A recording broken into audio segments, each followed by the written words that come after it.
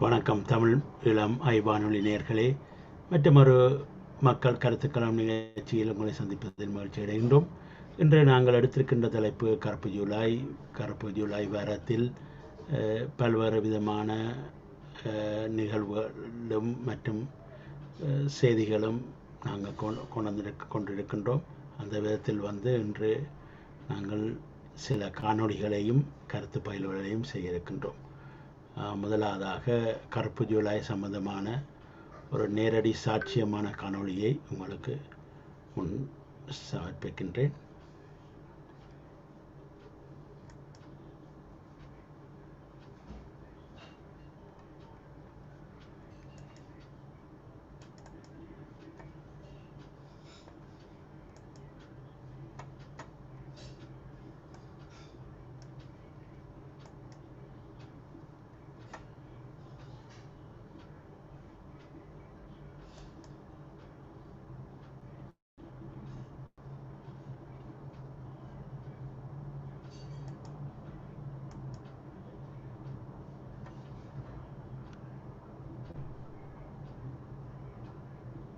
Our minibus was caught in heavy traffic due to the curfew, and we're just locked in amongst millions of people, and all of a sudden police were trying to barricade people off.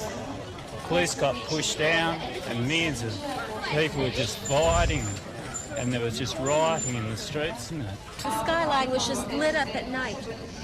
The Sri Lankans, as you know, were getting their revenge on the Tamil-owned factories and industry in Colombo.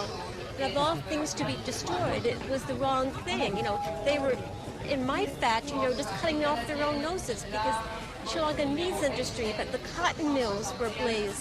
The coconut oil mills were ablaze. Hotels that they picked, which were Tamil-owned, they firebombed.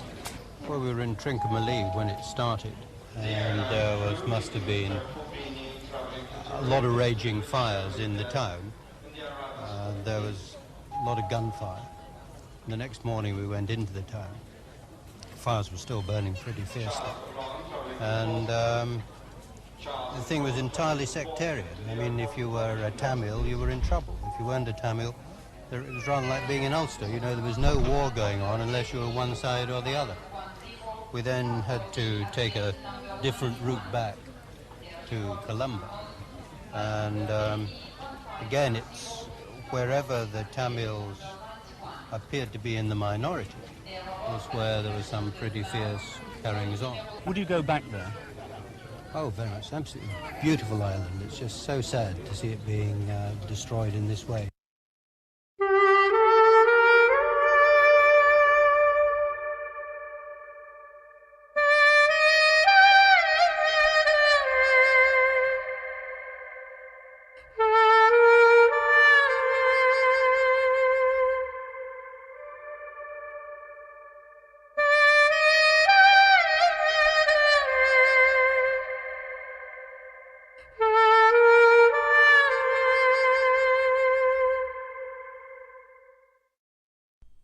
Anti-Tamil riots and chaos erupted on July 23, 1983 in Sri Lanka, a pear-shaped island off the coast of India. The state-sponsored pogrom left a black mark on the country's history and the minds of many. The riots were carried out by mobs of Sinhalese, with the complicity of the Sri Lankan government, who targeted Tamil homes and businesses. The hardest hit parts of the country were areas where Tamils lived amongst the predominant Sinhala population. Colombo, the nation's capital, was badly affected, and the violence spread to Kandy, the hill capital, Nuwara, Badula, Bandaravala, Matala, Negombo, and many other parts. However, the impact of Black July has affected the entire island. The violence was sparked after the burial of 15 soldiers who were ambushed by Tamil militants in the north, perhaps in retaliation to the systematic oppression of the minority Tamils by the government of Sri Lanka.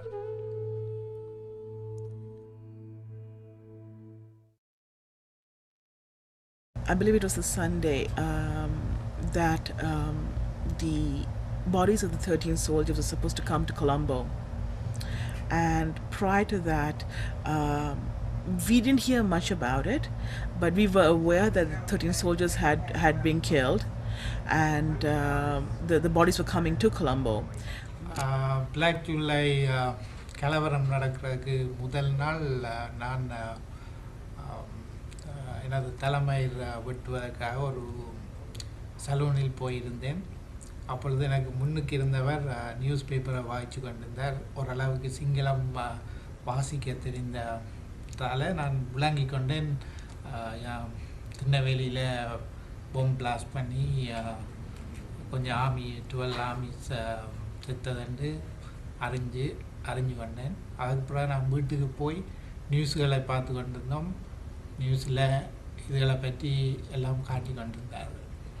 We were living in Vellavathu and my workplace is in Fort. I have 2 sons. At that time they were 11 and 9 years old, and they were studying into college Bambalpitiya. And on the particular date in the morning I heard some news that some of the shops owned by the Tamils in Boralla were looted, and actually they set fire, and the owners were attacked, assaulted. So I told my children not to go to school on that particular date. We were kind of concerned, okay, does this mean there's going to be an issue in Jaffna? But there's always a thought about something going to happen in Jaffna. It never occurred to us that this could come to Colombo, because I mean Colombo was metropolitan, was the tourist hub. It never occurred to us. So Sunday was pretty much spent, okay, you know what, let's just watch the news, let's be aware of it. I remember hearing on the news that the bodies had arrived and the funerals were going to take place in Colombo. Then Monday morning, one of our neighbors came back from work early. This is earlier in the morning. He came back from work early and he said, there's problems starting. I think you should take any valuables you have, like jewelry and other stuff that you want to put away safe, and go put it in the local bank. For us, the local bank was the commercial bank. So right away, my mother and my grandmother kicked into high gear. They start packing everything up. It couldn't have been more than half an hour later. My grandfather comes in his bike, on his motorbike, and he goes, okay, you know what, you're not going anywhere, because the local grocer at the top of the road, it's burning. நான் அப்போ ப்ரெக்னெண்ட்டாக இருந்தேன் 9 months. அப்போ husband வந்து ஒர்க்குக்கு போயிட்டார். நான் பஸ்ஸில் தான் போய் வரேன் சென்ட் கிளாஸுக்கு. அப்போ இவர் சொன்னார், கொஞ்சம் பிரச்சனை போல் இருக்குது, இன்றைக்கு போவேனாமண்டு. அப்போ லீவ் அடிச்சுட்டு வீட்டே இருந்தேன். நான் 12:40 போல் நாங்கள் நியூஸும் கேட்டுக்கொண்டு லஞ்ச் டேபிளில் இருந்து சாப்பிட்டு கொண்டு இருந்தேன். நாங்கள் இருக்க சத்தம் கேட்டது, அடிச்சு கொண்டு ஆக்கள் கத்தி கொண்டு. எங்கண்ட வீடு வந்து ஒரு ஃப்ளாட், அதில் ஃபர்ஸ்ட் கோனர் ஹவுஸ். அப்போ உடனே ஆக்கள் கத்தி கொண்டு ஓடிக்கொண்டு வேற. நாங்கள் உடனே பின்னுக்கு ஒரு கொரிடோர், அதுக்குள்ளே ஒரு கிச்சன், அதுக்குள்ளே எல்லோரும் போய் இருந்துட்டோம். அப்போ எல்லோரும் கூட என்னத்தான் பயந்த 9 months. Actually, like we were driving, like the driver was driving, and then all of a sudden he was panicked, and then we were all looking, and then we saw this body hanging on the tree, like, you know, and we didn't know why it happened, because we weren't aware of this situation. All of a sudden we saw this body, and then we didn't know what to do. Even the driver didn't know, but then we heard screams and yells of people, and then people were running like on the road, and then everybody was like putting their bikes away, and then motorcycles threw up, and then they just started running. They didn't know where they were going to. So I ran to the kitchen, and then I discovered that these people were trying to come into the house. So I locked and bolted the back door, came to the front of the house where my wife and children were there. And I told them, this is very dangerous, we can't stay here, we had to move out. By that time, you know, the whole row, everywhere people were running around, and there was complete pandemonium.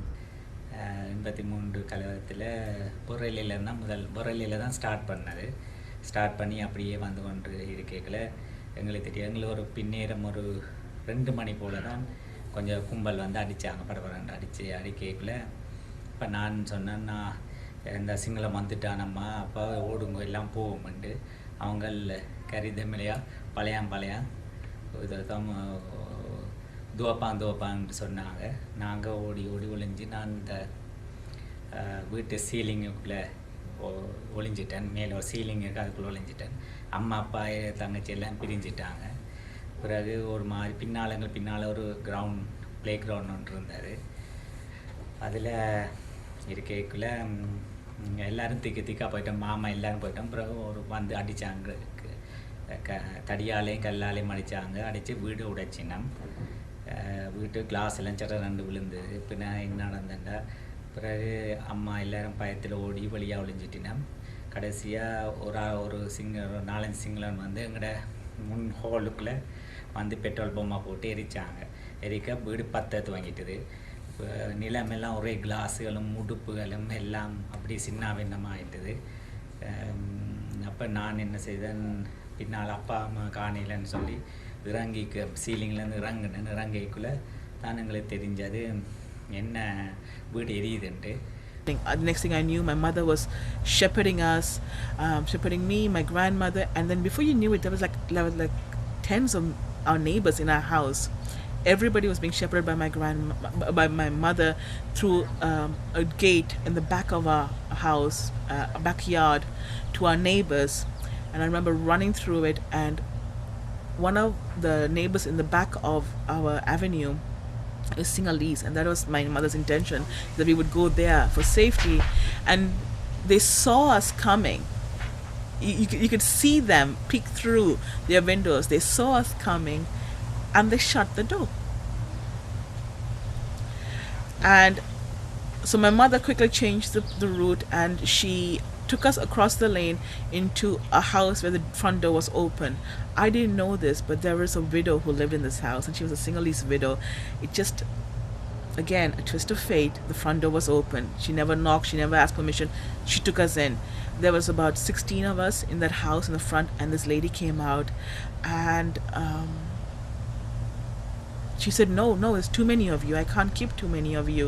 My mother just kept talking, and I remember her pulling me and putting me in the front of her. I didn't know at that time, but apparently this lady had a soft spot for me, even as a baby. And my mother just kept me in front. And then before I knew what was going on, the lady had acquiesced. She had said yes, and she was taking us into this tiny little storeroom at the very back of the house. And it was this stuff, junk in the storeroom. And that's about, at that time I'm thinking there's about 12 or 13 of us, because I know a couple of the men had decided to go back into the houses to stay with the houses. So there's 12 or 13 of us in this tiny storeroom, men, women, children. And there's this one window, and the double doors were closed. And we stayed in the storeroom for what felt like forever, but was no more than a few hours. It felt like an eternity. Every second ticked, and you could hear the screams, and you could hear the burning, the bombs, the I don't know what kind of bombs they were using, but you could hear the detonations, you could hear the gunfire, and we can smell the smoke, and we were stuck in this room. So after that, we were coming towards Parandan, and then we heard this firing. So then we were really shivering. We knew like something really happening, like something's happening. While we got to like almost Parandan, because that's where we have to turn to go to Malativ, and that junction, and there was a while I still can see. So I have this like flashback, I should say. Like there were bodies put into the wall, wall, and then there was some hanging outside the well, and then there were all over Parandan Junction, all over. There were a lot of bodies. Then and then we heard this military coming, like firing, and then the driver said, "Okay, we have to do something." And he drove to like in those like fields, like at the paddy fields and things. That all this, he didn't know where he was going. நான் டெலிவரிக்கு போகத்தானே இருந்தேன் நான் ஜெஃப்னாவுக்கு. வந்துட்டு எல்லோரும் போய் கிச்சனுக்குள்ளே இருந்து நாங்கள் சின்ன கிச்சன் போய் வெறும் டோரையும் அமர்த்தி வச்சு கொண்டு இருந்தது மெட்ட டோர்ட்ட ஒரு ஆள். அப்புறம் எல்லாம் அமர்த்தி கொண்டிருக்க ஒரு ஆள் கடைசியாக வந்து ஒரு இலவாங்கலை இடித்தது டோரை. அதுக்கு பிறகு அமர்த்தி பிடிச்சி கொண்டு இருந்து பிரயோசனமிட்ட வேறு துறந்துடன்னு சொல்லிட்டார், எங்களை ஒன்றும் செய்ய வேண்டாம், நாங்கள் எங்கிட்ட இருக்கிற எல்லாம் தாரோம்ண்டு. அப்போ இவரை கூட்டி கொண்டு அந்த கொரிடோருக்குள்ளால் அங்கே ரூமுக்கு கூட்டி கொண்டு போனார். நான் மாட்டேன்னா இல்லை போங்கன்னு சொல்லி இவர்கிட்ட பிரதர் இருந்தவர், கசின்ஸ், ஆண்டி எல்லோரும் இருந்தது. அப்போ பிரதர் சொன்னார், இல்லை வாங்க நீ அது போகலாம், அவர் அண்ணா வேறு ரெண்டு கூட்டி கொண்டு போய் அந்த வீட்டை போய்களையும் படியில் பிளட் ட்ராப்பாக விழுந்து கிடக்கு. அதனால் நான் பயந்து கொண்டு தான் போனேன். நான் முதல் நாள் டாக்டர்கிட்ட போய்க்குள்ள ஒரு எல்லாம் நார்மலாக தானே இருந்தது. அன்றைக்கு ஃபீல் பண்ணிட்டேன், மூமெண்ட்ஸ் எல்லாம் குறைஞ்சிட்டுதுண்டு. அப்புறம் அந்த வீட்டில் தான் இருந்தாங்க. டாக்டர் டைம் எங்களுக்கு போயிட்டுது, என்னோட மூமெண்ட்ஸ் குறைஞ்சிட்டுதுன்ட்டு நான் நல்லா ஃபீல் பண்ணியிருந்தேன். நான் டாக்டர்கிட்ட போக பயந்தானே. அதோட கணக்கில் அட்வைஸ் பண்ணிக்கணும், ஃப்ளைட்டில் போச்சு. ஃப்ளைட்டில் போகிறதுக்கு ஃப்ளைட்டுகளும் உடனே புக் பண்ணிடலாம் போச்சு. இனி ஷிப்புக்கு போகிறதுக்கும் பெரிய கஷ்டப்பட்டு தான் நாங்கள் ஷிப் வேறு ஒரு இன்ஃப்ளூயன்ஸ் யூஸ் பண்ணி தான் கிட்டத்தட்ட ஷிப் சீட்டும் எவ்வளோத்துக்கு ஏர்லியாக கிடைக்கலுமோ கிடைச்சி. I think 29th or 27th, yeah. It took 3 days to reach KKS, no? August 4th போயிட்டோம். August 4th போனாங்க. அப்போ நாங்கள் 31st தான் பண்ணிக்கிட்டோம் ஷிப். ஃபர்ஸ்ட் ஷிப் போய் பிறகு அங்கே மலைப்பாய் ஹாஸ்பிட்டலில் அட்மிட் பண்ணி பிள்ளை இறந்து ஸ்டில் போன். வீடு எல்லாம் எரியுது. அப்பா என்ன செய்தாண்டா, பின்னால் குசினிக்கு பின்னால் ஒரு மாமரம் இருக்குது, அதில் சாஞ்சி இருந்து கேட்கல ஒரு சிங்களன் சொன்னான், கேரி தெமலையா தமசில் மெத்தனைன்னா பழைய துவப்பாங்கன்னு சொல்ல அப்பா கையை வச்சு யோசிச்சு கொண்டு, என்ன அப்பா கட்டின வீடு, எங்களோட சொந்த வீடு. ஆனால் அப்பாவுக்கு இதாக பண்ணோன்னா எங்களோட கடைசி தங்கச்சி எங்களை 4 சகோதரங்கள். நான் தான் வீட்டில் மூப்பு, 2வது தம்பி, 3வது தங்கச்சி, 4வது ஒரு தங்கச்சி. கடைசி தங்கச்சி என்ன செய்தால் உடனே அவருக்கு சிங்களம் கதை தெரியும். அப்போ அவருக்கு வயசு நாளைக்கு ஒரு 9 வயசு இருக்கு. 9 வயசு இருக்கு. அப்போ வரைக்கும் அவள் சொன்னாங்க, தாத்தாட்டுக்கு ஆண்டேப்பான்னு சொல்லி. அப்போ அவங்க கத்தியை ஓங்கி வந்தாங்க. அப்போ தங்கச்சி போய் கட்டி பிடிச்சோடனே தங்கச்சி அவன் விட்டு உத்துவப்பாங்கன்னு சொன்னோன்னே தங்கச்சி அப்பா ஓடிட்டு அங்கால போய் 10 கிலோ ஒழிஞ்சிட்டேன். அப்புறம் இப்படி டைம் ஆகுது, 7 8 மணி ஆகணுன்னே எல்லோரும் போயிட்டாங்க. ஆனால் நிற்கிறாங்க, அந்த தக்ஸுகள் நின்று சாமான்களை பொறிக்கொண்டு இருக்கிறாங்க. In Colombo, the violence began with groups of Sinhala mobs arriving from outside the districts, carrying voters' lists to identify Tamil houses, and systematically, attacks were made on people and properties. But what my grandfather said to me was, the guys who came, they were drugged, they were drunk, and they had lists. They had lists of houses and names. They knew which houses were Tamil, and they knew where they had to go, because not a single of the Sinhalese houses were touched. And the only list of that kind is the voters list. They knew where they had to go. These thugs were given. It was a systemic process. It wasn't a retaliation. It wasn't because they just had a bad hair day. It wasn't because they decided this morning we hate the Tamils. They knew they were going out to eradicate the Tamils from Colombo. So my children and 4 or 5 adults and children and my neighbor, who was a Tamil officer, the army officer, he was not in the house at that time. His wife and children were there. They also ran. When they saw me, my family running, getting out of the house and running away, they also joined us. So all of us were in the dog's kennel, about I think 17 of us, adults and children, because all the families that were close together ran into that place for safety. So the first thugs that they came, it seemed like their only agenda was to kill and to burn, to destroy property. So kill and destroy. And then the looters came, the hyenas.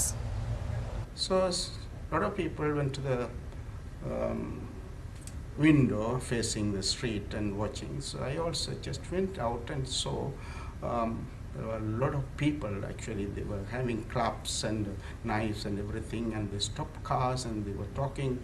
The people who were traveling inside the car, and some people were pulled out of the cars and assaulted, and they overturned the cars and set fire to the. I saw 2 or 3 police officers at the junction in front of the lake house, but they didn't take any action to stop them.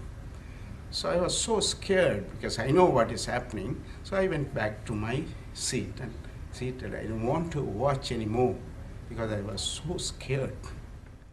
Agents of the state, such as the army and the police, stood by and did nothing to quell the angry rioting mobs, and some even encouraged the violence. So we got as many people together, and it was basically at that time our immediate neighbors, basically the women and the children, and my mother took the lead, and we were walking,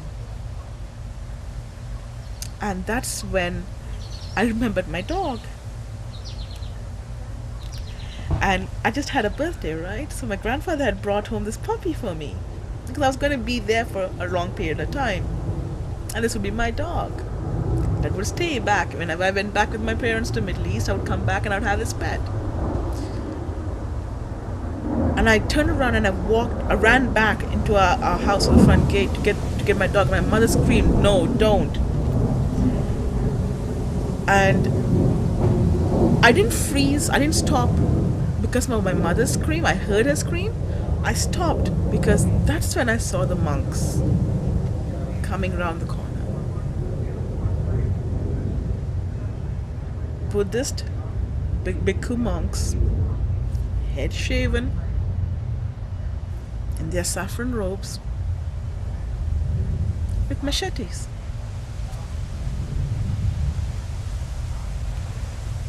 On any level, this image is so not right. Then on the 3rd day, we thought it's not safe to stay there anymore. So we had to go to the camp where all those refugees were there. Actually, the camp was open at the Hindu College, Bamalapitia. Saraswati Hall, all close by.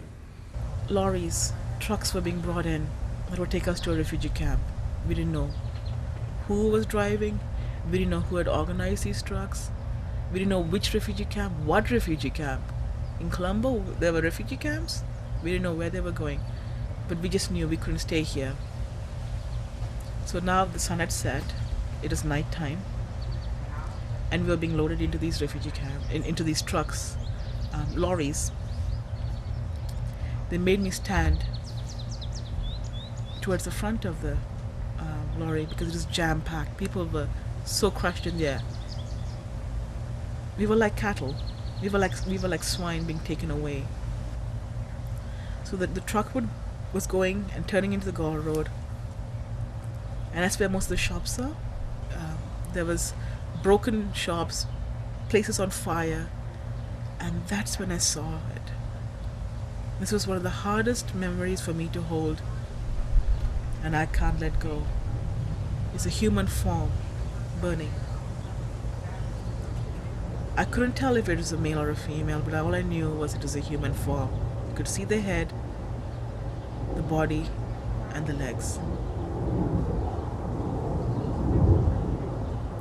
And it was burning, and nobody was doing anything. It's like you would burn garbage. I guess to them Tamils were garbage. A week of violence left the south engulfed in flames with 3,000 lives lost, thousands more displaced, and the loss of over $1 billion in property.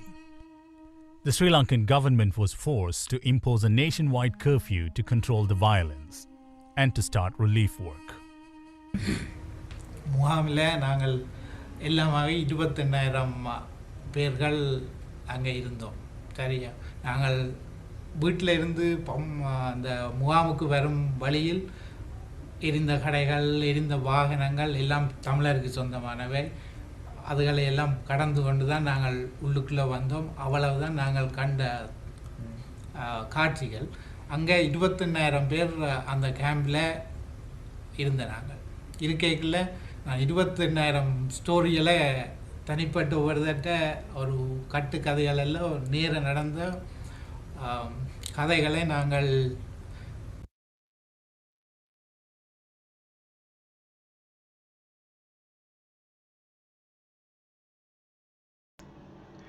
வணக்கம். இப்போது ராமேஸ்வரன் அவர்கள் உங்களுடைய கருத்துக்களை தெரிவிக்கலாம். வணக்கம். அனுபவம் என்பது மிக நேர்த்தியாக என்னுடைய குடும்பத்தின் உறவுகள் எல்லோரும் இந்த சூழ்நிலையில் பாதிக்கப்பட்டிருந்தார். அந்த நேரங்களில் கொழும்பு பகுதியிலே அவர்கள் தொழில் செய்து கொண்டிருக்கிற நேரத்தில் ஏற்பட்ட அனர்த்தங்கள் சிறுவனாக இருக்கப்போது நான் அதிகமாக இந்த தாக்கத்திலே மிக அச்சமாக இருந்த ஒரு சூழ்நிலை தான் இந்த கருப்பு ஜூலை காலம். இந்த கருப்பு ஜூலையினுடைய திட்டமிட்ட கொலைகள் சம்பந்தமாக சொல்லப்பட்டாலும் தெற்கு பகுதியில் இருக்கக்கூடிய ஒட்டுமொத்தமான வர்த்தக ரீதியாக இருந்த தமிழ் மக்களை அந்த இடங்களில் இருந்து நகர்த்துவது ஒரு மிகப்பெரிய திட்டமாக இருந்தது. அவற்றினை ஆக்கிரமித்து அவற்றினை அபகரித்துக் கொள்ளுகின்ற ஒரு விடயம் அங்கு அரங்கேற்றமாக இருந்தது. நீண்ட காலத்தினுடைய திட்டமாக அவர்களுக்குள் உறுத்தி கொண்டிருந்த ஒரு விஷயம்தான் இந்த தெற்கு பகுதியில் இருக்கக்கூடிய வர்த்தகத்தினை முதல்நிலையாக இருந்து தமிழரிடமிருந்து அதை சுவீகரிப்பது. இப்ப இந்த விடயத்தில் துணை போன ஒரு துணை காரணியாக சிங்கள மக்களை மட்டும் சொல்ல முடியாது, சிங்கள அரச தரப்பை மட்டும் சொல்ல முடியாது, முஸ்லிம்களையும் சொல்லியாக வேண்டிய அந்த ஜூலை கலவரத்தின் போது சிங்களவர் அடித்து எரித்து கொண்டு போகிற பொழுது இஸ்லாமியர்கள் தெருக்களிலே இறங்கி அங்கே சூறையாடுகிற காட்சிகள் நிதர்சனமாக பார்க்கப்பட்டன. அவற்றை என் குடும்ப உறவினர்கள் கூட பார்த்திருக்கிறார்கள். அவற்றை நேரடியாக அவர்கள் அள்ளிக்கொண்டு அந்த அதாவது தலையிலே லேஞ்சி கட்டி தொப்பி போட்டவர்கள் அதிகமாக செய்திருக்கிறார்கள். ஆகவே உயிர் தப்புவதற்கு அதுவும் ஒரு காரணமாக இருந்தது. அதாவது கொழும்பு பகுதியில் இருப்பவர்கள் கூடுதலாக மலைநாட்டிலும் மத்திய பகுதிகள் எல்லாம் அழைக்கப்பட்டாலும் கூட கொழும்புவிலே சில இளைஞர்கள் தப்புவதற்கும் அது ஒரு காரணமாக இருந்தது. அதாவது பிற பிரதேசங்களுக்கு அவர்கள் தலையிலே லேஞ்சை கட்டிக்கொண்டு முஸ்லிம்கள் போல சுதாகரித்து தப்பியவர்களும் இருக்கிறார்கள்.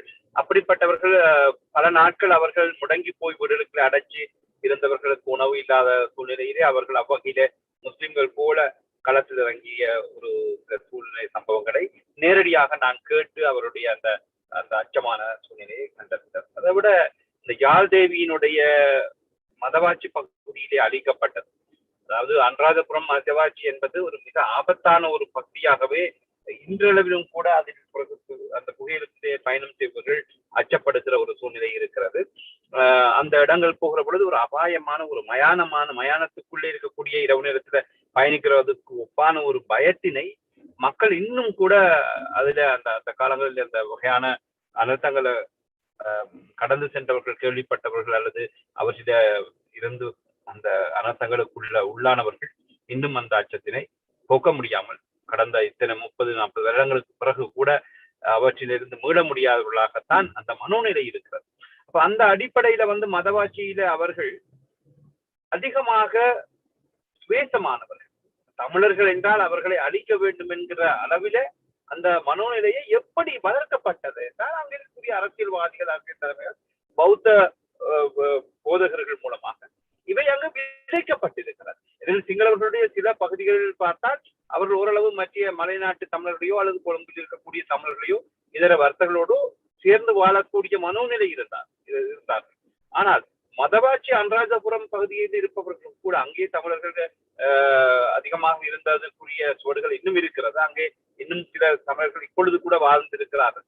கல்கமு பகுதியிலிருந்து நான் கிணச்சி பகுதியில் இருக்கிற பொழுது அந்த நேரத்தில் 83ஆம் இனக்கலவரத்தின் போது அடிபட்டு ஓடி வந்த ஒரு குடும்பத்தினை நாங்கள் மிக நெருக்கமாக அறிவோமாக அவர்கள் எல்லாம் இந்த அதாவது வவுனியாவுக்கு அப்பால் இருக்கக்கூடிய அத்தனை பகுதியில் இருக்கக்கூடியவர்களும் சிங்களவர்கள் மிக மூர்க்கமானவர்களாகவும் அவர்கள் ஈவு இரக்கம் இல்லாமல் கொலை செய்வதற்கு துணிந்த ஒரு கூட்டத்தினையும் உருவாக்கியது இந்த சமூகம், இந்த சிங்கள சமூகம். அதற்குரியவர்களா அவர்களை அவ்வகையான ஒரு விரோதமானவர்களாகவும் அல்லது ஒரு வெறித்தனமான ஒரு சிங்களவர்களாகவும் உருவாக்கி இருக்கிறார்கள்.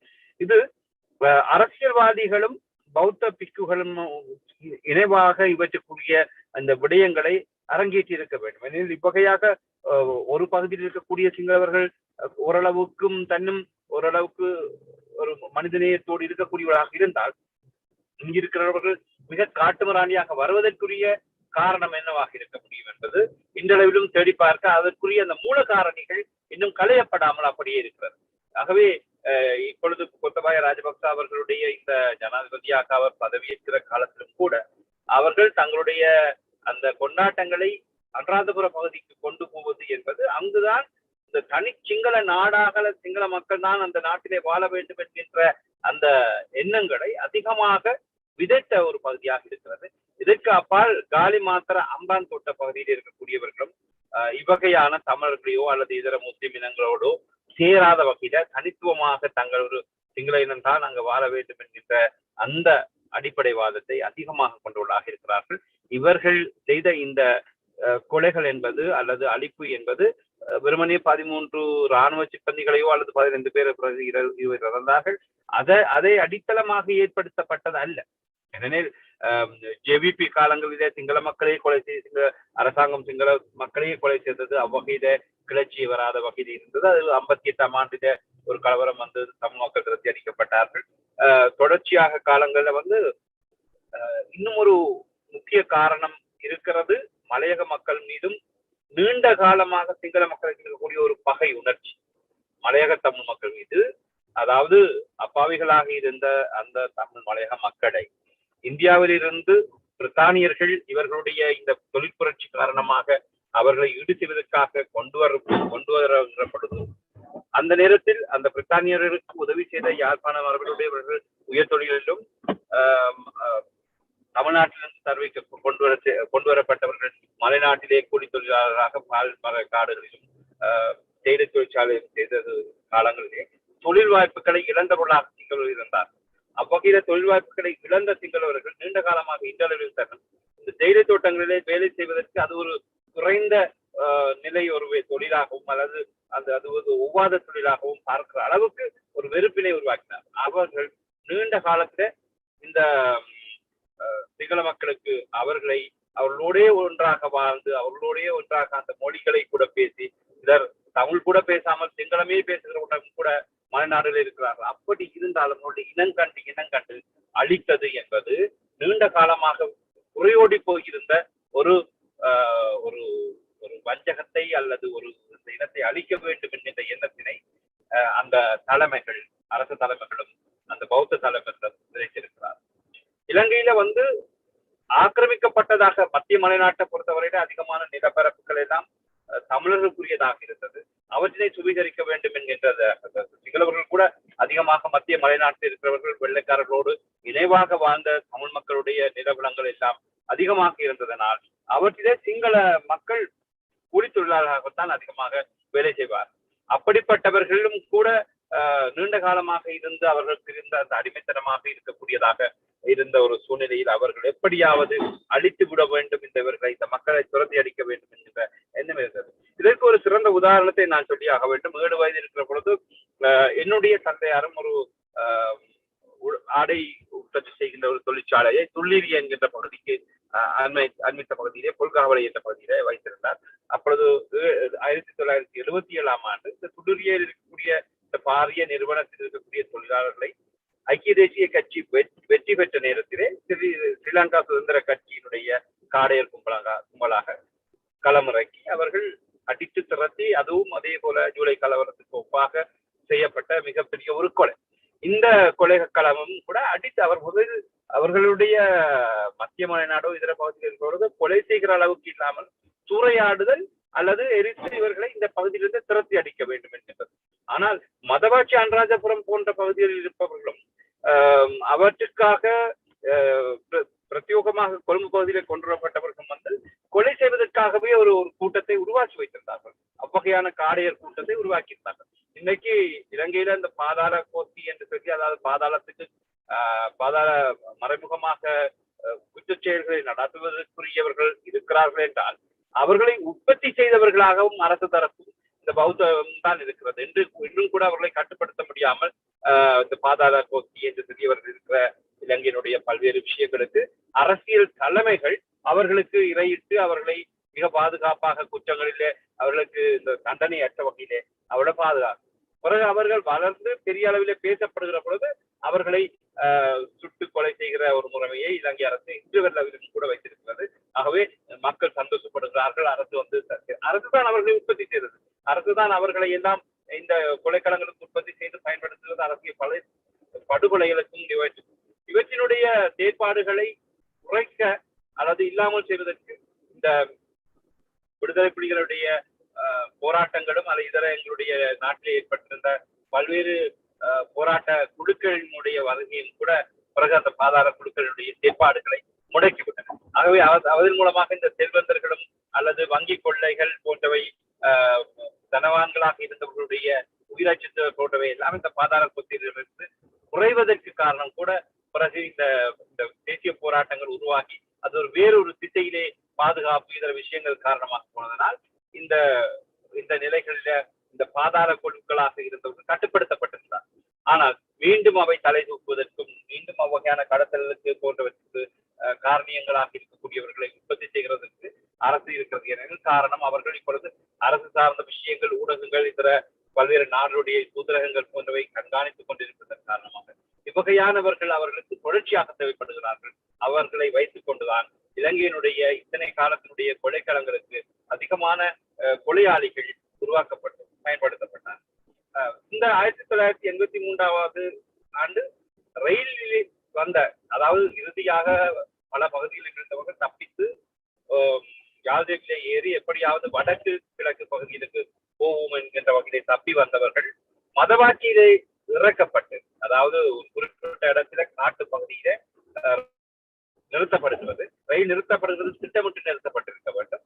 அவர்கள் ஏதோ வகையில நிறுத்தப்பட்டதுக்கு பிறகு ரயிலுக்குள்ளே இறங்கி அவர்கள் வெட்டி அவர்கள் எல்லோரையும் அடித்து துவம்சம் செய்கிற பொழுது ஒரு குறிப்பிட்டவர்கள் வந்து இறங்கி நாட்டுக்குள் தப்பி ஓடினார். அவர்களை துரத்தி கொண்டு ஓடினவர்கள் ஓட இந்த ரயில் ஒரு குறிப்பிட்ட நேரத்துக்கு பிறகு ரயில் மீண்டும் பயணிக்கிறது. அதில் ஏறியவர்கள் ஏறி இருக்க, ஓடியவர்கள் ஓடி இருக்க, ஓடியவர்கள் ஒருவரும் திரும்பி வரவில்லை. இவர்கள் கணக்கில் எடுக்கப்படாதவர்களாக, இந்த எத்தனை ஆயிரம் பேர் இறந்தது என்று சொன்னாலும் கூட அந்த காட்டு பகுதியில ஓடி சென்றவர்கள் வந்து கணக்கில் கருத்தில் கொள்ளப்படாதவர்களாக போயிருக்கிறார்.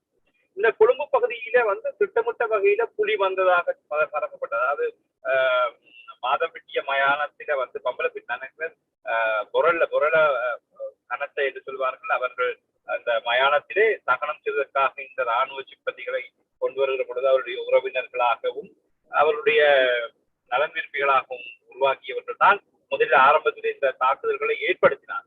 அப்படி இந்த தாக்குதல்களை ஏற்படுத்துகிற பொழுது அவற்றினை அரசு கோட்டையாக இருக்கக்கூடிய அந்த பகுதியில் இருக்கக்கூடிய காவல்துறை அல்லது இதர அத்தனை பேரும் இவற்றை கட்டப்பட்டு விட்டார்கள் என்று சொல்லலாம். எனவே திட்டமிட்டவர்களாக கொண்டு வந்து இறக்கப்பட்டார்கள். அதிகமான இடங்களிலே தாக்குதலுக்கு பசு வண்டிகளில புற பிரதேசங்களிலிருந்து கொண்டு வரப்பட்டவர்களாக இருந்தார். தங்களுடைய பகுதியிலே இருந்தவர்கள் தங்களை அழிப்பதற்கு ஏதுவான வகையிலே அவர்களை காட்டிக் கொடுத்ததும், அதே நேரத்திலே அந்த அந்த குற்றங்களிலிருந்து தாங்கள் தப்பிப்பதற்காக புற பகுதிகளிலிருந்து காடையர்களையும் நான் சொன்னது போல இந்த பாதாள குழுக்களை கொண்டு வந்து பசு வண்டிகளை இறக்கி அழித்த சம்பவங்கள் ஏராளமாக இந்த அளவு சாட்சியமாக இருக்கிறது.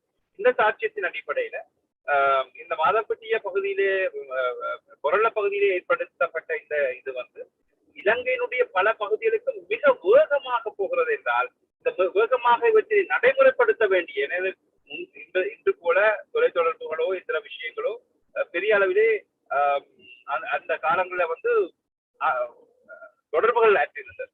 ஆகவே நீண்ட தூரம், ஒரு குறிப்பிட்ட தூரத்தை கூட நீண்ட நேரத்துக்கு பிறகுதான் பயணிக்க வேண்டியதாக. அப்படி இருக்கிற பொழுதும் கூட ஒரே நேரத்திலே ஒரே கால அளவில் கிட்டத்தட்ட இந்த கொலைக்களங்கள் கட்டவிழ்த்து விடப்பட்டிருந்தால் இது ஏற்கனவே திட்டமிட்டப்பட்ட ஒரு குழு மூலமாக இவை நடைமுறைப்படுத்தப்பட்ட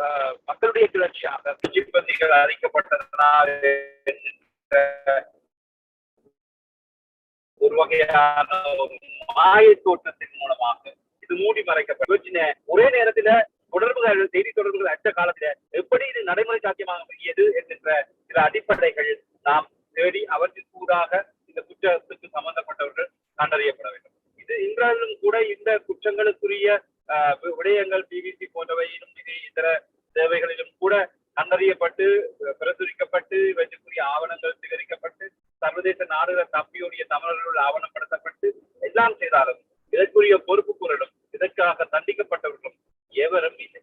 ஆகவே இதற்குரிய காலங்களில அரசு தங்களுடைய அந்த கையாளாகத்தனமாக சொன்னாலும் கூட அவர்களும் தங்களுடைய ஆட்சி பொறுப்பில் இருந்து விட்டு புதிய ஒரு ஜனநாயக முறைமையான ஒரு செயற்பாட்டை நடைமுறைப்படுத்தவில்லை. இன்னும் இறுக்கமாக மக்களுடைய உரிமைகள் பறிக்கப்பட்டன அல்லது சிதைக்கப்பட்டன, அழிக்கப்பட்டுக் கொண்டே இருக்கிறது. ஆகவே அழிக்கப்பட்டுக் கொண்டிருக்கக்கூடிய இந்த தொடர் 1958 காலங்கள் அன்னைக்கு எப்பொழுது மலையக மக்கள் தெற்கு பகுதியிலே கொண்டு வரப்பட்டார்களோ அப்பொழுதே சிங்கள மக்களிடம் இந்த குரோதமான தமிழ் மக்கள் மீது இருக்கக்கூடிய குரோதம் உருவாகி இருக்கிறது. அதுக்கு அப்பால் உயர் தொழில்களிலே தமிழ் மக்கள் படித்து வெள்ளைக்காரர்களோடு சேர்ந்து விரைவாக தொழில் செய்கின்ற காலங்களில ஏற்பட்ட குரோதங்கள் இன்னும் வீரியமடைந்து இந்த இன அழிப்புக்கு காரணமாகியது.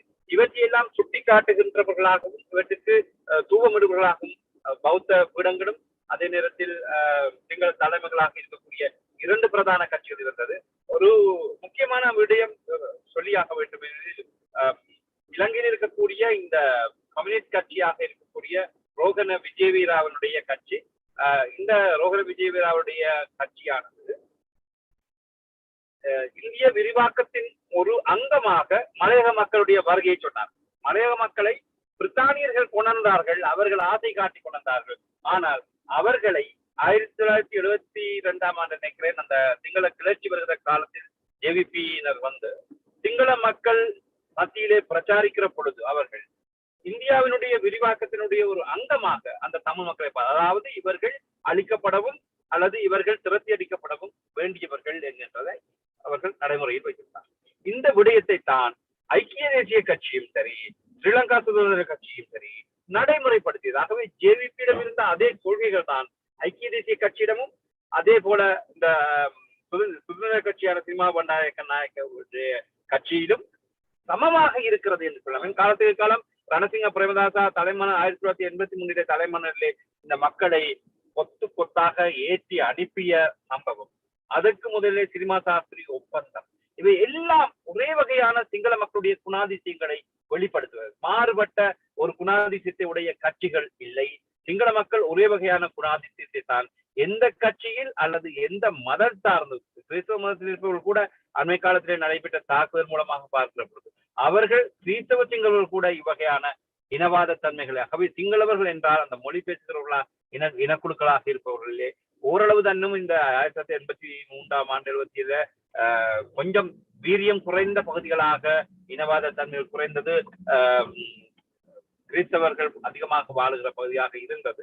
இருந்தாலும் கூட அவர்கள் மத்தியிலும் கூட இதே வகையான எண்ணக்கருக்கள் இருக்கிறதனை இறுதியாக நடந்த இந்த கிறிஸ்தவ தேவாலயத்தினுடைய தாக்குதலுக்கு பிறகு அவர்கள் பிற இனத்தின் மீது பிற மதத்தின் மீதும் இருக்கக்கூடிய குரோதங்களை வெளிப்படுத்துகின்றதில் அவர்கள் அந்த மதத்தினுடைய இருக்கக்கூடிய அந்த சாசனங்களையோ அல்லது அவர்களுடைய கொள்கைகளையோ அதற்குரிய கட்டுப்பாடுகளையோ மீறி ஒரு சிங்களவர் என்றால் அவர்கள் எதிராக இருக்கக்கூடிய அதாவது முஸ்லிம்கள் காபியர்கள் என்று மற்ற இனங்களை அழிப்பது போலவே ஒரே வகையான குணாதிசயங்களை உடையவர்களாகத்தான் இலங்கையில் இருக்கக்கூடிய சிங்கள பௌத்தர்களோ அல்லது கிறிஸ்தவ பௌத்தர்களோ கிறிஸ்தவ சிங்களவர்களோ இருந்திருக்கிறார்கள், இருந்து கொண்டிருக்கிறார்கள் என்று சொல்லலாம். எனவே சிங்களத்தினுடைய ஆட்சி பீடங்களினுடைய அத்தனை காலங்களிலும் கிறிஸ்தவ சிங்களவர்கள் தான் இருந்தார்கள். ஏற்கனவே அவர்கள் ஆங்கிலேய காலங்களில் அவர்கள் கிறிஸ்தவத்தோடு மிஷனரி பாடசாலையில் கற்றவர்களும் வகையான அரசியல் பின்னணிகளை உடையவர்கள் அதிகமாகவும் அவர்கள் கிறிஸ்தவர்களாக இருந்திருக்கிறார்கள்.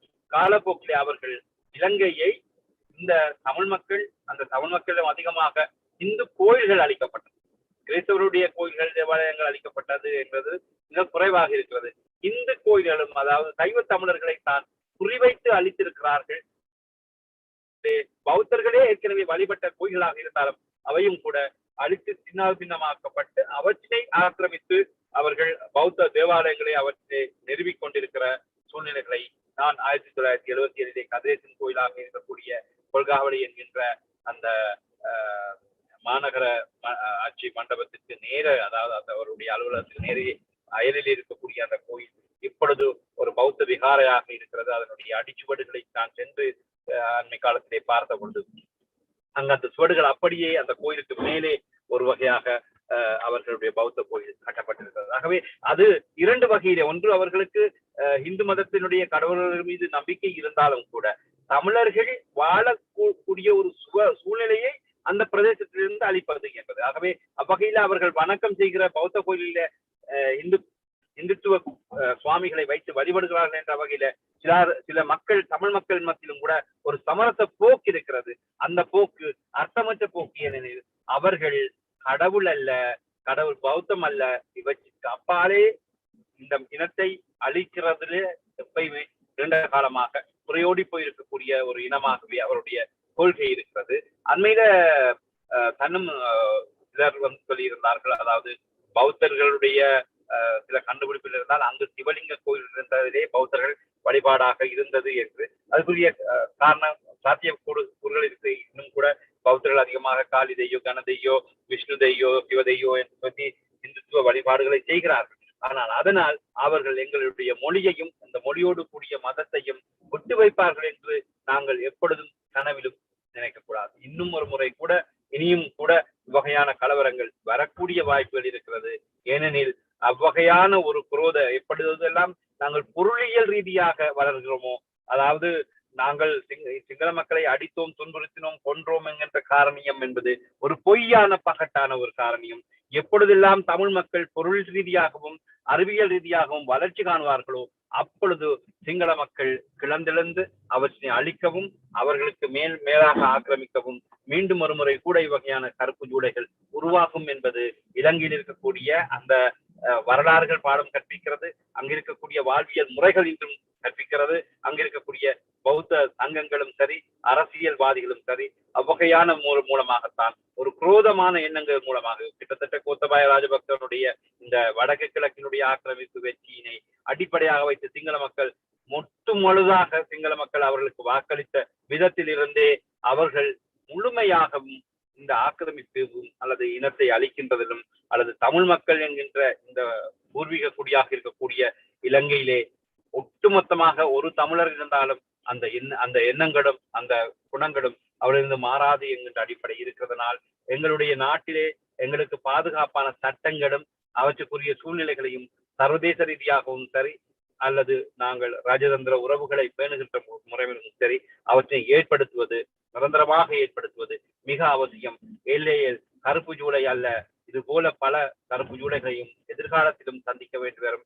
எங்களுடைய அதிகமான தமிழர்கள் மிக வேட்கையோடு, அதாவது எங்களுடைய தலைநகராக இருக்கக்கூடிய கொழும்பு பகுதியிலும் சரி இதர பகுதியிலும் அவருடைய முதலீடுகளை அதிகமாக செய்திருக்கிறார்கள். அந்த முதலீடுகளும் எதிர்காலத்திலே அவர்களுடைய அந்த மூர்க்கத்தை அல்லது அவர்களுடைய அந்த எங்களுடைய இனத்தையும் மக்களையும் அழிக்க வேண்டும் என்ற எண்ணத்தை மீண்டும் மீண்டும் அவர்களுக்கு ஏற்படுத்துகின்றதாகத்தான் எல்லாம் போகும். இப்பொழுது இலங்கையினுடைய அரசு புலம்பெயர்ந்த மக்களையும் இதர மக்களையும் வேண்டி வினயமாக வேண்டுகிறார்கள். அவருடைய இந்த பொருளாதாரம் வீழ்ந்திருக்கிற நேரத்தில் எங்களுடைய முதலீடுகளை இலங்கையை நோக்கி செய்ய வேண்டும் என்று. ஆனால் அவற்றுக்கான உத்தரவாதங்கள் அற்ற வகையிலேதான் இதுவரை காலமும் நடந்த அத்தனை அழிப்புக்கும் இந்த பொருளியல்கள் அளிக்கப்பட்டதற்கும் அவர்கள் பொறுப்பு கூறாதவர்களாக இருக்கிறார்கள். இனி வருகிற காலங்களிலும் கூட யாரும் ஒரு நல்ல வளர்ச்சி அடைகின்ற காலங்களிலே அவர்களுக்கு குடிமுத்திரை குத்துகின்ற வகையிலே இருக்கும். அது அண்மை காலத்துல ஒரு ஊடகம் வகையிலே தாக்கப்பட்டிருக்கிறது. சிரசை என்கின்ற இந்த ஊடகம் இப்பொழுது அவையும் சிரசை என்று இருக்கக்கூடிய சக்தி தொலைக்காட்சி போன்றவை கூட அண்மை காலத்திலே மிகப்பெரிய கெடுபிடிகளை உருவாக்கி கொண்டிருக்கிறது. மிகப்பெரிய வளர்ச்சியை ஏற்படுத்துகின்ற எந்த நிறுவனமானாலும் அவற்றிலே கை வைக்க காத்திருக்கிறார்கள். எதிர்சீங்க என்று நினைக்கிறேன். லலிதா ஜுவலர்ஸ் என்கின்ற ஒரு ஜுவல்லரியை வைத்திருந்தார்கள். அவர் அஞ்சலாமணி சந்தை என்று ஒரு பிரபலியமான ஒரு இடம், கொழும்பினுடைய மத்திய பகுதி. அதனுடைய 4 பக்கத்தில் இருக்கக்கூடிய கடைகளும் அந்த அடைக்கப்பன் செட்டியார் என்கின்ற ஒரு செட்டியாருக்கு சொந்தமாகி இருந்தது.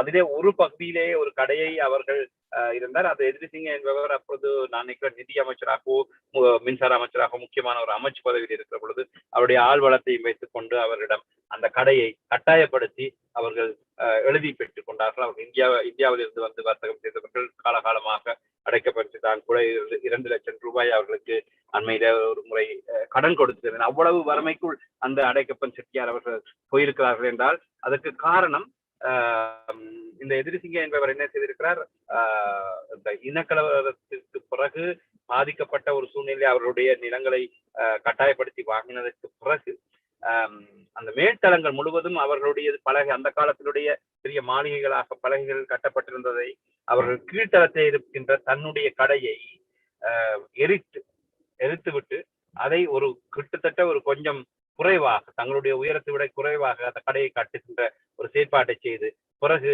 வற்புறுத்தி அதை மிக குறைந்த 1 கோடியோ ஒரு குறைந்த இன்றைக்கு அது 100 கோடி 200 கோடி 500 கோடி பெறுமதியான அந்த பகுதியினுடைய அந்த கடைகளுடைய பகுதிகள் ஆக்கிரமிக்கப்பட்டு சுவீகரிக்கப்பட்டது. இவ்வகையான சுவீகரிப்பு என்பது தான் அவருடைய அடித்தளமாக இருந்த, இது ஒரு உதாரணத்துக்கு சொல்லப்பட்டது. இவ்வகையாக பூவலிங்கம் செட்டியார் என்கிறவர், நான் நினைக்கிறேன் கரணி கங்கையோடு அமைத்த பகுதியில் இருக்கக்கூடிய ஒரு மிகப்பெரியவர், அங்கு இருக்கக்கூடிய பேரியகோட என்ற பகுதியில் இருக்கக்கூடிய அந்த மிகப்பெரிய அதாவது நகர மண்டபம், அந்த நகர மண்டபம் தான் அவருடைய மாளிகையாக இருந்தது. அங்கு இருக்கக்கூடிய பகுதியில் இருக்கக்கூடிய அத்தனை சிங்களவர்களும் அங்கு வேலை செய்தார்கள். அவருடைய ஒரு உறவுக்கார பெண்ணை என்னுடைய அண்ணா திருமணம் முடித்திருந்தார். அதன் மூலமாக இதனுடைய விடயங்கள் தெரியும். இது எங்களுடைய பெரியப்பாவுடையது என்று சொல்லி எங்களுடைய அணி சொல்ல கேள்விப்பட்டன. அப்போ அந்த நேரத்தில் இவற்றை பார்க்கிற பொழுது அது மிகப்பெரிய மாளிகை.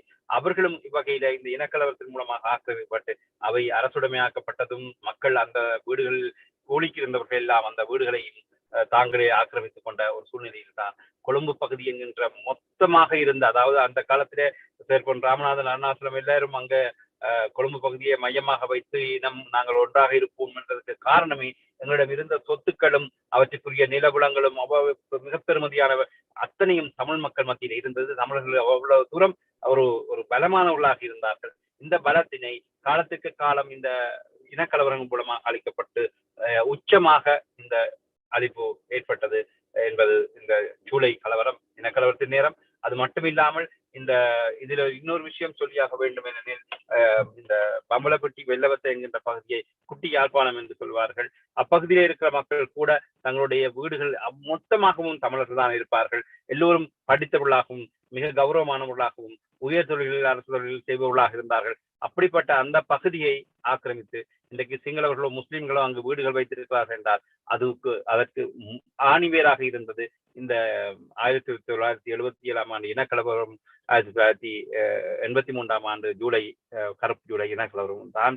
அதன் மூலமாக ஆக்கிரமித்து தான் சிங்கள மக்கள் கொஞ்சம் கொஞ்சமாக தங்களை விரிவுபடுத்தி இன்றைக்கு பொருளியல் ரீதியாகவும் அல்லது ஆக்கிரமிப்பு ரீதியாக அவர்கள் வைத்திருக்கக்கூடிய அத்தனை சொத்துக்களும் அவர்களுடைய உண்மையான உழைப்பினாலோ அவர்களுடைய உண்மையான பிராயச்சித்தமாக அவர்கள் செய்த செயற்பாடுகளினாலோ அவர்கள் கிடைக்கவில்லை.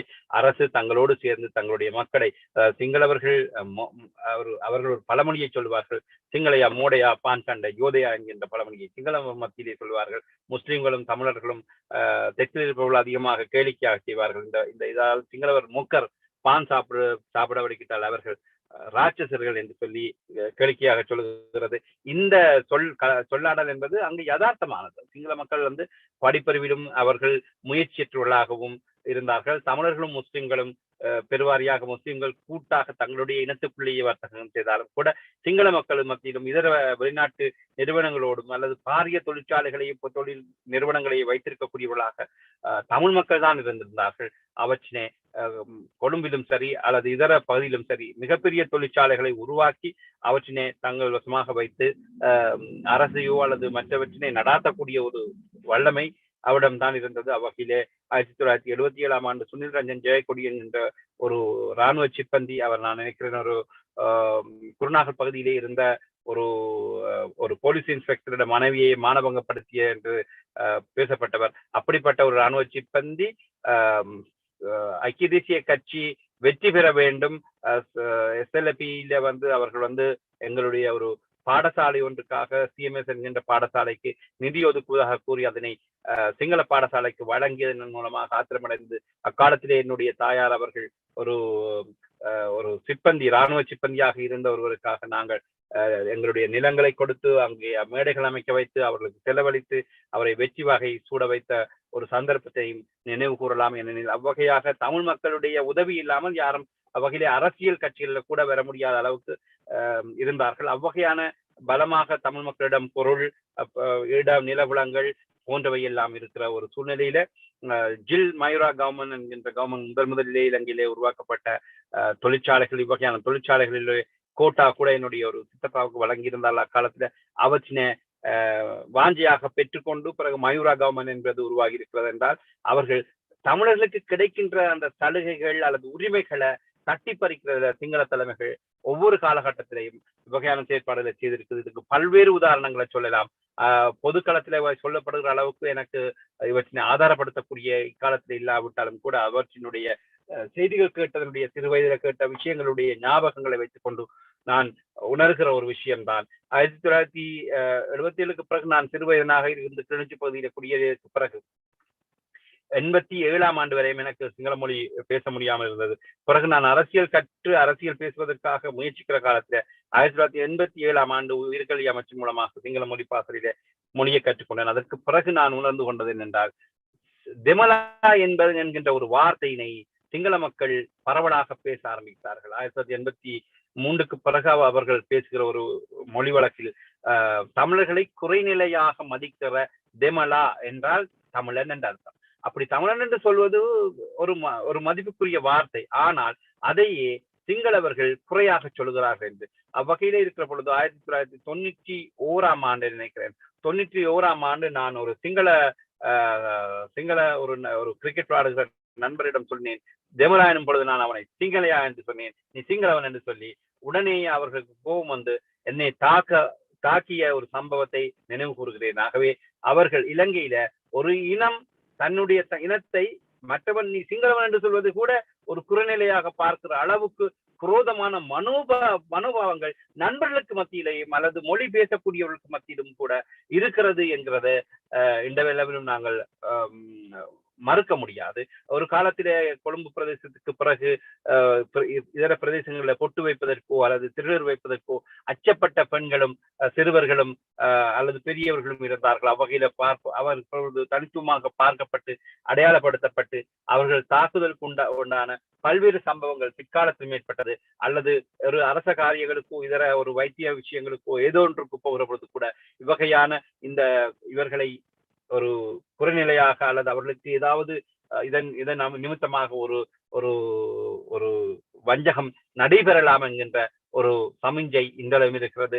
ஏராளமான இளையவர்கள் மத்தியிலும் கூட இந்தளவிலும் கூட தங்களை பொட்டு வைத்து அல்லது ஒரு எங்களுடைய தமிழ் கலாச்சார அடையாளங்கள் மூலமாக மற்ற இனத்தோடு சமநிலைப்படுத்த முடியாத ஒரு சூழ்நிலை இருந்து கொண்டிருக்கிறது. தம்பியா என்று சொல்லுகிற அந்த வார்த்தை அல்லது தமிழர்களை அடையாளப்படுத்தி பேசுகிற வார்த்தையை சிங்களவர்கள் மதிப்பாக நினைத்து செய்வதில்லை.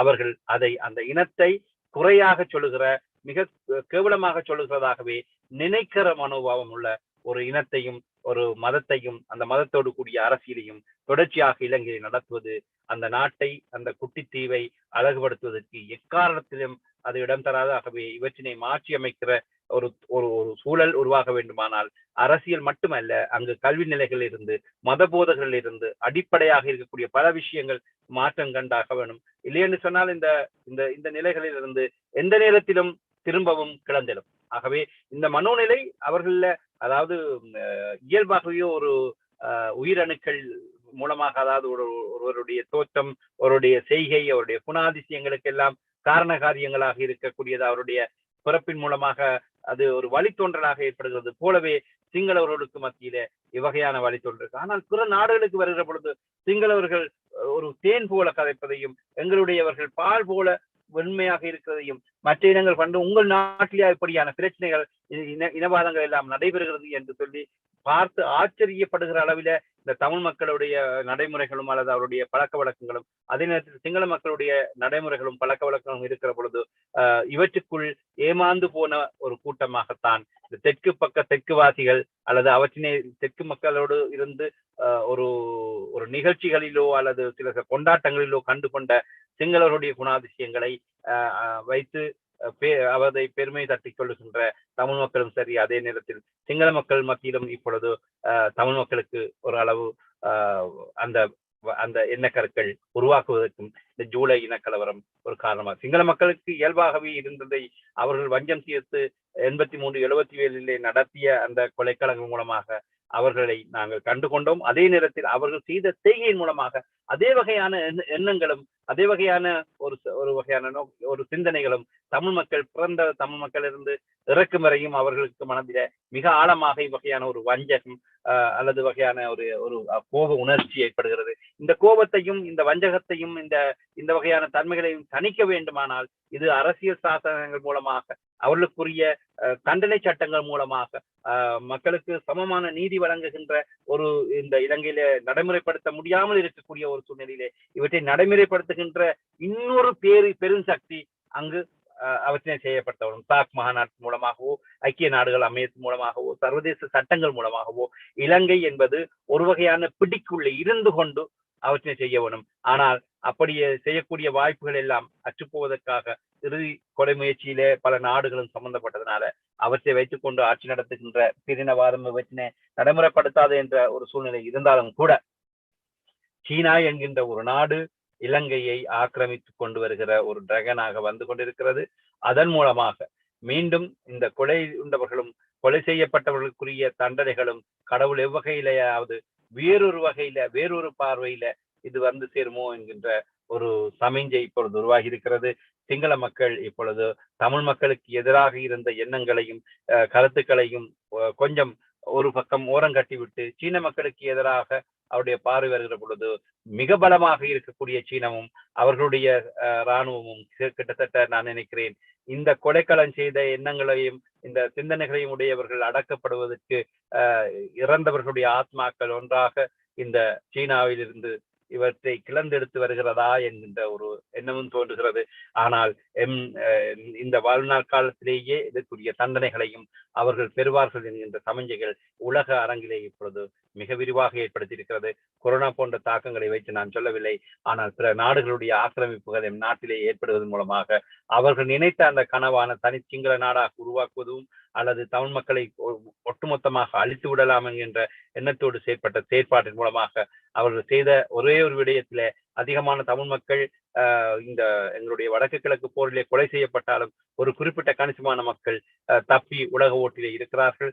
அவர்கள் எல்லோருமாக இவ்வகையான இந்த தாயக பூமியான இந்த தாய் திரு நாட்டை பற்றிய சிந்தனையும் அவற்றினை மீள கட்டியெழுப்ப வேண்டும். அதற்குரிய எங்களுக்குரிய பிழைகளையும் தவறுகளையும் தெரிந்து கொண்டு அந்த பிழைகள் மூலமாகவும் தவறு மூலமாகவும் நாங்கள் அந்த விட்டகத்தினை அந்த பிழைகளை எப்படி சரி செய்யலாம், எப்படி நாங்கள் வீரியமாக்கலாம், எப்படி நாங்கள் ஒன்றுபட்டு இவ்வகையான பேரினவாதத்தினுடைய சக்தியில் தாக்கத்திலிருந்து விடுபடலாம். முந்தி நாங்கள் ஒரு மக்களாக ஓடி ஓடி ஒளிந்ததும் கொலை செய்யப்பட்டவனுக்கு எதிராக வாழ்கத்திகளோடு நாங்கள் இறங்காமல் இருந்தாலும் கூட காலப்போக்கில சில போராட்டங்கள் உருவாகி அவையும் அளிக்கப்பட்டிருக்கிறது உலகத்தினுடைய மிகப்பெரிய சக்திகளால். ஆனாலும் கூட இப்பொழுது சிங்கள மக்களை விட அதிகமாக உலக ஓட்டிலே இருக்கக்கூடிய தமிழ் மக்கள் பல வகையிலும் தங்களுடைய அறிவியல் பொருளியல் வளங்கள் மக்கள் மிக சர்வதேச நிலைகளில் மிகப்பெரிய உயர்வு நிலைகளில் இருக்கிறார்கள். இவர்கள் எல்லோரும் ஒன்றுபட்டு அந்த நாட்டினுடைய அந்த செயற்திட்டங்களில் தமிழ் மக்களுக்குரிய நிரந்தர தீர்வுகளை நோக்கி நகர வேண்டும் என்று இந்த நேரத்திலே நான் கோரிக்கை வைப்பதோடு இவ்வகையாக பாதிக்கப்பட்டவர்களுக்கு மத்தியிலே நானும் ஒருவனாக இருந்து அந்த கருப்பு ஜூலையை உண்மையிலேயே கருப்பு ஜூலையாக அந்த சுவடுகள் எங்களுடைய அந்த விடுதலை கிடைக்கும் வரை மாறாமல் அது அந்த அந்த கொதிப்பும் அந்த நினைப்பும் எப்பொழுதும் சுவடுகளாக இருக்க வேண்டும். அவை கடத்தப்பட வேண்டும். எம் இனங்கள் ஒவ்வொன்றில் உலகத்தின் எந்த ஓட்டில் இருந்தாலும் இந்த கருப்பு ஜூலை என்பது அடையாளப்படுத்தப்பட்டு இந்த துரோகம் எங்களுக்கு இழைக்கப்பட்டிருக்கிறது என்பதனை இன்னும் திரைப்படங்கள் இதர விஷயங்கள் மூலமாக ஆவணப்படுத்தி கொண்டும் இதனை செயற்படுத்த வேண்டும் என்று இந்த நேரத்தை கேட்டு உடைத்திருக்கிறேன். நன்றி, வணக்கம். மிக்க நன்றி ராமேஸ்வரன். அடுத்ததாக ஆரம்பம் ஐயா அவர்களை அவருடைய கருத்தை பரிமாற கேட்டுக்கொள்கின்றேன்.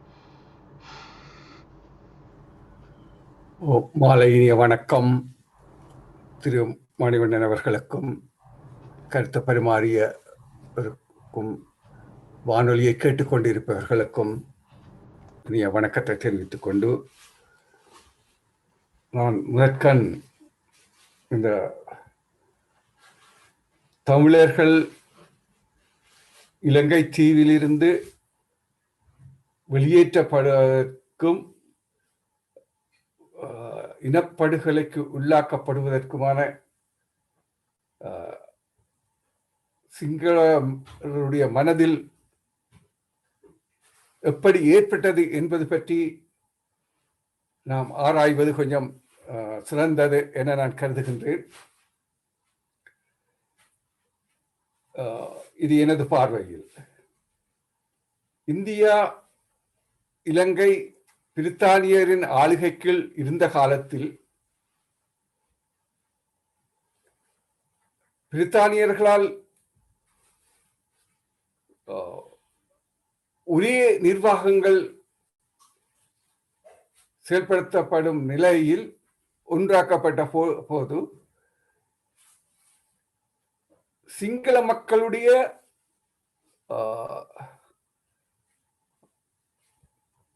வளர்ச்சி கல்வியிலும் சரி பொருளாதாரத்திலும் சரி பின்தங்கிய நிலையிலேயே இருந்தார்கள். இது அந்த அரசியல் தலைவர்கள், அதாவது சிங்கள அரசியல் தலைவர்களுடைய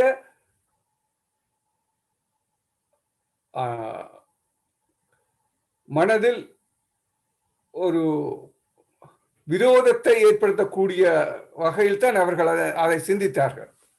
அதற்கு துணை சென்றது அநாகரிக தர்மபாலாவுடைய மகாவம்ச கொள்கை.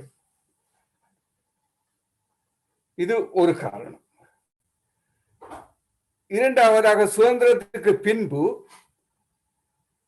அந்த சுதந்திரம் இலங்கை இந்தியா சுதந்திரம் அடைகிற அந்த காலகட்டத்தில் கூட சில சிந்தனைகள் இந்தியா அரசியல் தலைவர்களிடமாக நேரு உட்பட கொத்தலாவலை அவர்களுடைய சிந்தனைகளில் சில மோதல்கள் இருந்த மோதல்களை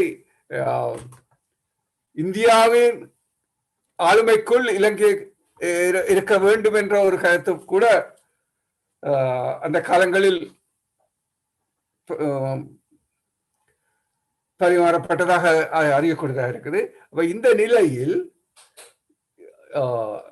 அந்த விரோத போக்கு, தமிழர்களுக்கு எதிரான விரோத போக்கு சிந்தனைகள் சிங்களவர் மத்தியில் வளர்ச்சி அடைகின்றது. இந்த வளர்ச்சிகளின் விளைவுதான், அது மட்டுமல்ல, கல்வி இந்தியாவுடைய அந்த பூகோள அரசியல் இந்த சுதந்திரம் அடைந்த காலங்களில் இந்தியா பனிப்போர் காலம் என்று அதை குறிப்பிடுவார்கள். அந்த காலப்பகுதியில் இந்தியா சோவியத் யூனியனுடன், நான் இதை முன்பும் பதிவு செய்திருக்கின்றேன், சோவியத் யூனியனுடன் பாதுகாப்பு பொருளாதார ஒப்பந்தங்கள் செய்திருந்தது, உடன்படிக்கைகள் செய்திருந்தது. அதே நேரம் இலங்கை அமெரிக்கா சார்பு நிலையும் பாகிஸ்தான் சீனாவுடன் நல்லுறவுகளை ஏற்படுத்திக் கொண்ட நிலையம் காணக்கூடியதாக, இந்தியாவுக்கு விரோதமான ஒரு நிலையில் இலங்கை செயல்பட்டது. இந்த நிலை இந்தியா விரும்பக்கூடியதாக இருக்கவில்லை. ஆகவேதான் இந்தியா இலங்கையை தனது கட்டுப்பாட்டுக்குள் அல்லாடி அதிகாரத்துக்குள் கொண்டு வருவதற்கான ஒரு சிந்தனை இந்தியாவிடம் இருந்தது. இதற்கு தமிழர்களை பயன்படுத்தியதாகத்தான் நான் கருதுகின்றேன். இன்றும் தமிழர்கள் ஒரு சிலர் அந்த நிலையில்தான் பயன்படுத்தப்பட்டு கொண்டிருக்கின்றார்கள். இந்த காரணங்கள் எல்லாம் தமிழர்களை இலங்கை தீவில் இருந்து வெளியேற்றுவதும், நான் முதல் கூறியது போல் அநாகரிக தர்மபாலாவின் மகாவம்ச கொள்ள இலங்கை தீவு ஒரு சிங்கள பௌத்த நாடாக இருக்க வேண்டும் என்பதும் சோல்பரிக் அரசியல் யாப்பை அகற்றி 1972 ஆண்டு ஸ்ரீலங்கா சிங்கள பௌத்தருக்கு முன்னுரிமை என்பதை அரசியல் யாப்பை கொண்டு வந்ததும் இதெல்லாம் இந்த இன அழிப்புக்கான சட்ட ரீதியாகவே தமிழ் மக்களை வெளியேற்றுவதற்கும் படுகொலை செய்வதற்கும் பயன்படுத்தப்படுது. உதாரணமாக பயங்கரவாத சட்டம் அபிவிருத்தி என்ற பெயரில் அன்று தொட்டே இலங்கை சுதந்திரம் அடைகிற காலத்தில் இருந்து இன்று வரையிலும் அபிவிருத்தி என்ற பெயரை கூறிக்கொண்டு தமிழ் மக்களுடைய நிலப்பரப்புகளை ஆக்கிரமிப்பு செய்வதும் இதெல்லாம் நிகழ்ந்து கொண்டே இருக்கிறது. இந்த பல இன அழிப்பு சம்பவங்கள் இலங்கையில் நடந்த பல 1956 இங்கினியாக்கில் நடந்த இன அழிப்பு, அதாவது அந்த பட்டிப்பளை என்ற இடத்திலிருந்து வெளியேற்றப்பட்ட மக்களுக்கு அந்த இடத்தில் கல்லூரா திட்டம் என்றதை உருவாக்கி அங்கே 25,000 சிங்கள மக்களை கொண்டு குடியேற்றியிருந்தார்கள். இந்த வெளியேற்றப்பட்ட தமிழ் மக்கள் தமக்கு நிலம் வேண்டும் என்று ஆர்ப்பாட்டங்கள் ஊர்வலம் செய்த பொழுது அவர்களை இங்கினியா கலையில் சுட்டுக் கொண்டார்கள் 152 பேர். அன்றிலிருந்து 1958 இது நடந்தது. இங்கினியாக்களை கொலை செய்யப்பட்டது 1956. அது பிறகு 58, 77, 83. இந்த 1983 நடந்த இன அழிப்பு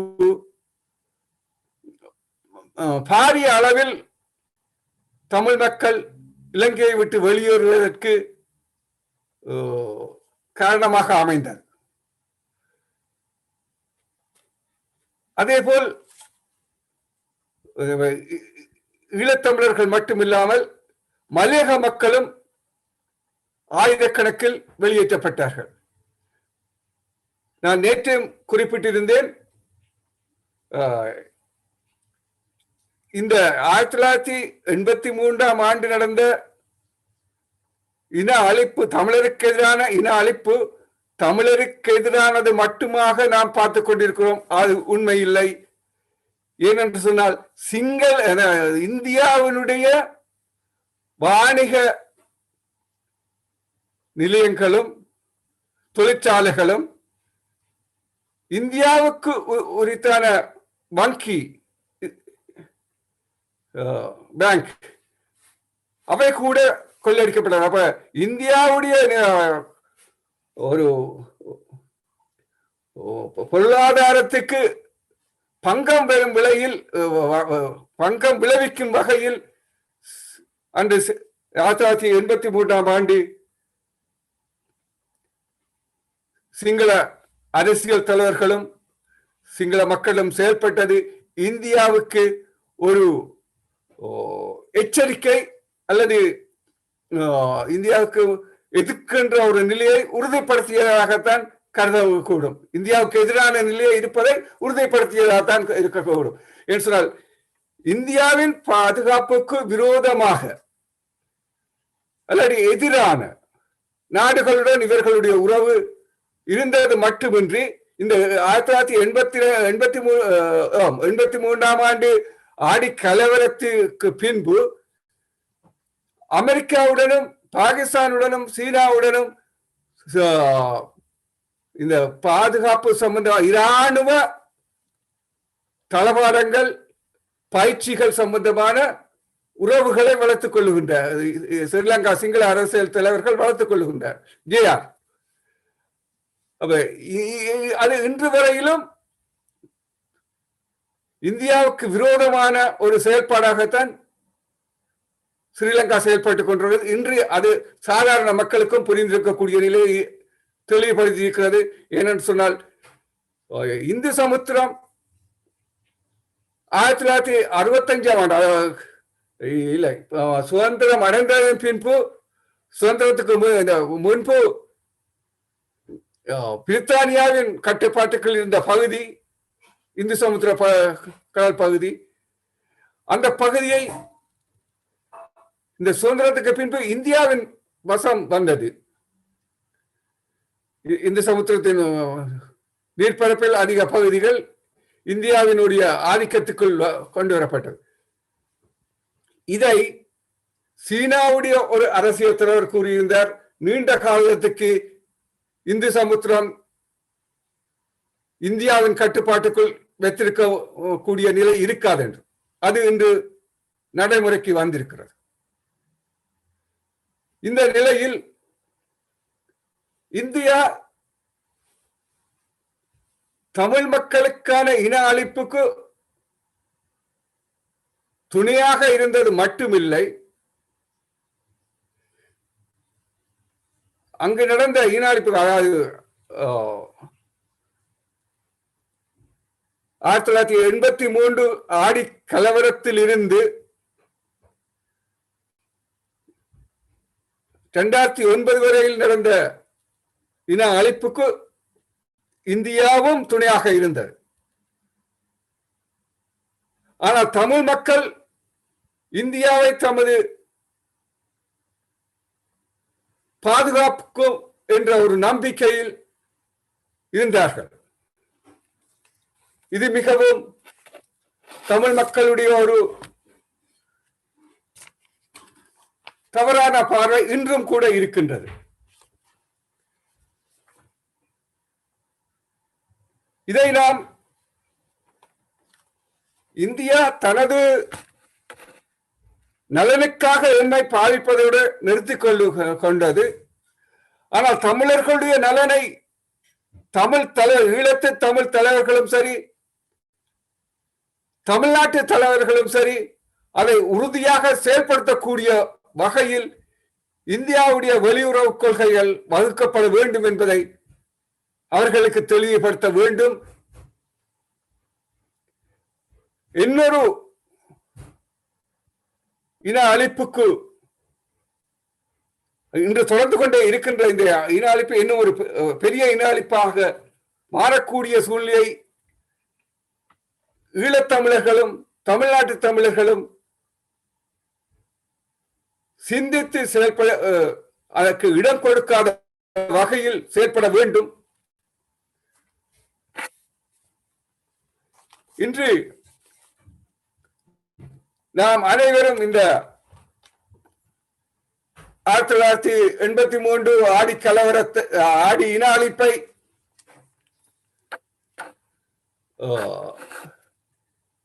நினைவு கூர்ந்து திருநெல்வேலியில் தாக்குதலில் தம் உயிரை அர்ப்பணித்த செல்லக்கிளியை அஞ்சலி செலுத்தும் நிகழ்வுகளில் நான் அறிகின்றேன். கனடாவில் நிகழ்ந்த ஒரு நிகழ்வில் தமிழ் ஈழம் என்றதை, தமிழர்களுடைய உரிமை சுதந்திரம் என்பதை அவர்கள் பயன்படுத்தாத ஒரு நிலையை, ஈழத்தின் தேசிய கொடியை ஏற்றாமல் செயல்பட்ட நிலை அறியக்கூடியதாக இருந்தது. இது மிகவும் வேதனைக்கும் கண்டனத்துக்கும் உரிய ஒரு செயல்பாடாக நான் கருதுகின்றேன். நான் இல்லை, உணர்வுள்ள விடுதலை விரும்புகின்ற அனைத்து தமிழ் மக்களும் இதற்கு கண்டனமும் தெரிவிப்பார்கள், வேதனை பையும் அடைவார்கள். இதே நிலையில் சில தலைவர்கள் இலங்கையிலும் இருக்கின்றார்கள். இன்றும் எம்மை, அதாவது தமிழினத்தை அழிப்பதற்கும் கொடுமைகளுக்கு உட்படுத்துவதற்கும் துணை போகும் செயற்பாட்டுக்கு உடந்தையாக இருக்கின்றார்கள். இவர்களை தமிழினம் இனம் கண்டு கொள்ள வேண்டும். தமிழ் மக்களுடைய அந்த சமூகத்தில் இருந்து அவர்களை விரட்ட வேண்டும். அதன் ஊடாகத்தான் நாம் எமது விடுதலையை எமது மண்ணை, எமது மக்களை, எமது தியாகிகளான அந்த விடுதலை வீரர்களின் நினைவுகள், கனவுகளை நாம் அடைய முடியும். ஆகவே தயவு செய்து தமிழ் மக்களின் விடுதலைக்கும் தமிழ் மண்ணின் மீட்புக்கும் விரோதமாக செயல்படும் இந்த அரசியல் தமிழ் தலைவர்கள் தம்மை மாற்றிக்கொள்ள வேண்டும், அல்லது அவர்கள் அந்த அரசியலில் இருந்து விலகிக் கொள்ள வேண்டும். இன்று தமிழ் மக்கள் தொடர்ந்தும் நிலம் பறிபோகும் நிலையிலும், அடக்குமுறைக்கு உள்ளாகின்ற நிலையிலும் மிகவும் சாதுரியமாக ஸ்ரீலங்கா ராஜதந்திர ரீதியில் தமிழர்களை அழித்துக் கொண்டு இருக்கின்றது. உதாரணமாக நான் பலமுறை கூறியிருக்கின்றேன், தமிழ் மக்களுடைய அந்த விடுதலை புலிகள் நின்று பாதுகாப்பாக இருந்த நிலப்பரப்பு அத்தனை, அந்த காட்டு பகுதிகள், நிலப்பரப்புகள் இன்று சிங்கள மயப்படுத்தப்பட்டுக் கொண்டிருக்கிறது. சிங்கள குடியேற்றங்கள் செய்யப்பட்டுக் கொண்டிருக்கிறது. இராணுவ கடற்படை முகாம்கள் விசாரிக்கப்பட்டுக் கொண்டிருக்கிறது. அந்த வகையில் கேப்பப்புலவில் உள்ள பகுதிகள், வட்டுவாக்கலில் உள்ள பகுதிகள் 617 ஏக்கர் காணி அந்த இராணுவத்தினால் ஆக்கிரமிக்கப்பட்டுக் கொண்டிருக்கின்றது. 2 தினங்களுக்கு முன்பு கிடைத்த செய்தி. அப்ப இதை தடுப்பதற்கு தமிழ் தலைவர்கள் என்ன செய்கின்றார்கள்? மக்களை அணி திரட்டி இவர்களுடைய செயல்பாட்டுக்கு எதிராக அனைத்து கட்சிகளை சேர்ந்த அரசியல் தலைவர்களும் நாடாளுமன்ற அங்கத்தவர்களும் ஒன்று சேர்ந்து இதை எதிர்க்க வேண்டும். அங்கே எதிர்ப்பதோடு மட்டுமல்லாமல் இந்த விடயங்களை வெளிநாட்டுக்கு எடுத்து செல்ல வேண்டும். வெளிநாட்டு ஊடகங்களுக்கு, வெளிநாட்டு அரசியல் தலைவருக்கு, ஐக்கிய நாடு சபைக்கு இந்த விடயங்கள் எடுத்து செல்லப்பட வேண்டும். அங்க உள்ள அரசியல் தலைவர்களால், அதாவது ஈழத்தில் உள்ள தமிழ் அரசியல் தலைவர்கள் என்று கூறிக்கொள்பவர்கள் இதை செய்ய முன்வர வேண்டும், செய்ய வேண்டும். 1977 ஆண்டு தமிழ் மக்கள் இறமை உள்ள சுதந்திர தமிழ் நிலத்துக்கான ஆணையை அன்றைய தலைவர்களிடம் ஒப்படைத்திருந்தார்கள். அதை நடைமுறைப்படுத்துவதற்கு இன்று உள்ள அரசியல் தலைவர்கள் முன்வர வேண்டும். இல்லையானால் அவர்கள் விலகிக் கொண்டு அதை முன்னெடுப்பவர்களுக்கு இடம் கொடுக்க வேண்டும். அதாவது இறமை உள்ள சுதந்திர தமிழீழத்தை அமைப்பதற்கு, சர்வதேசத்தின் ஆணையை பெறுவதற்கு, இலங்கையில் நடந்த இனஅழிப்பை ஒரு பரிகாரிய நீதி பெறுவதற்கு, தமிழீழத்தை கட்டி வளர்ப்பதற்கு இந்த அரசியல் தலைவர்கள் ஒன்றுபட்டு செயல்பட வேண்டும். மீண்டும் மீண்டும் தமிழ் மக்களை அழிவுக்கு உட்படுத்துவதும் தமிழ் மக்களை ஏமாற்றுவதையும் தவிர்த்துக் கொள்ள வேண்டும். இன்று வடமாகாண சபை ஒன்று இருந்தபோது இந்தியாவுடைய அன்னசனுடைய ஆக்கப்பட்ட இருந்தாலும், அதாவது ரஜினிகாந்தி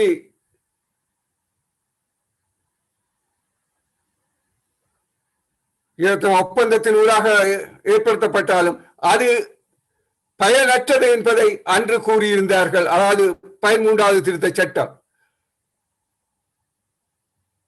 அதை ஸ்ரீலங்கா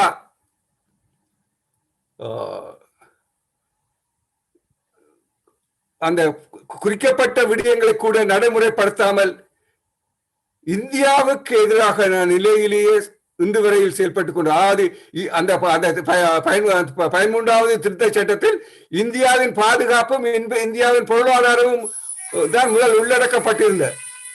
அதன் பின்புதான் வடகிழக்கு மாகாணங்கள் தமிழருடைய பிரதேசமாக ஒப்புக்கொண்டவர். அதை கூட இலங்கை சிங்கள அரசு நடைமுறைப்படுத்தாதது மட்டுமில்ல, இன்று அங்கே ஒரு ஆளுநர், சிங்கள ஆளுநரை நியமித்திருக்கின்றார்கள். இது இலங்கை முழுவதையும் தமிழர்களுடைய நிர்வாகமற்ற நிலையை உருவாக்குவதற்கான, அதாவது தமிழர்களுடைய நிலப்பரப்பில் தமிழர்களுடைய நிர்வாகமே அற்ற ஒரு நிலையை உருவாக்கும் ஒரு செயல்பாடு.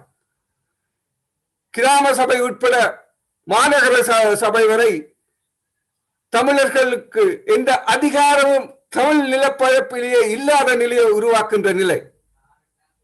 இதை தமிழ் மக்கள் உணர்ந்து கொள்ள வேண்டும். உடனடியாக இதற்கு எதிராக ஒரு செயல்பாட்டை ஈழத்தை அரசியல் தலைவர்களும் உலகத்தில் மற்ற நாடுகளின் கைக்கூலிகளாகவும் ஸ்ரீலங்காவின் கைக்கூலிகளாகவும் செயல்படும் தமிழ் விடுதலைக்காக என்று கூறிக்கொண்டு செயல்படும் அமைப்புகளும் தம்மை திருத்திக் கொள்ள வேண்டும். தமது சுயநலத்துக்காக தமிழ் மக்கள் வரலாற்றை ஒரு இழிவான நிலையை ஏற்படுத்துகிற நிலையை இவர்கள் ஏற்படுத்தாமல் தடுக்க வேண்டும். இவர்கள் தம்மை மாற்றிக்கொண்டு உண்மையான உறுதியான நிலையில் இருந்து தமிழ் மண் மீட்புக்காக செயல்பட வேண்டும்.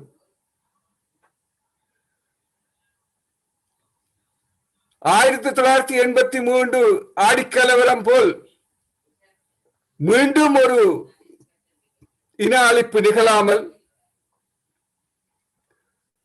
நான் ஏன் 2009 குறிப்பிடவில்லை என்றால், நாம் அதாவது ஈழத்தில் இனிமேல் ஆயுதமேந்தி போராடுவதை தவிர்த்து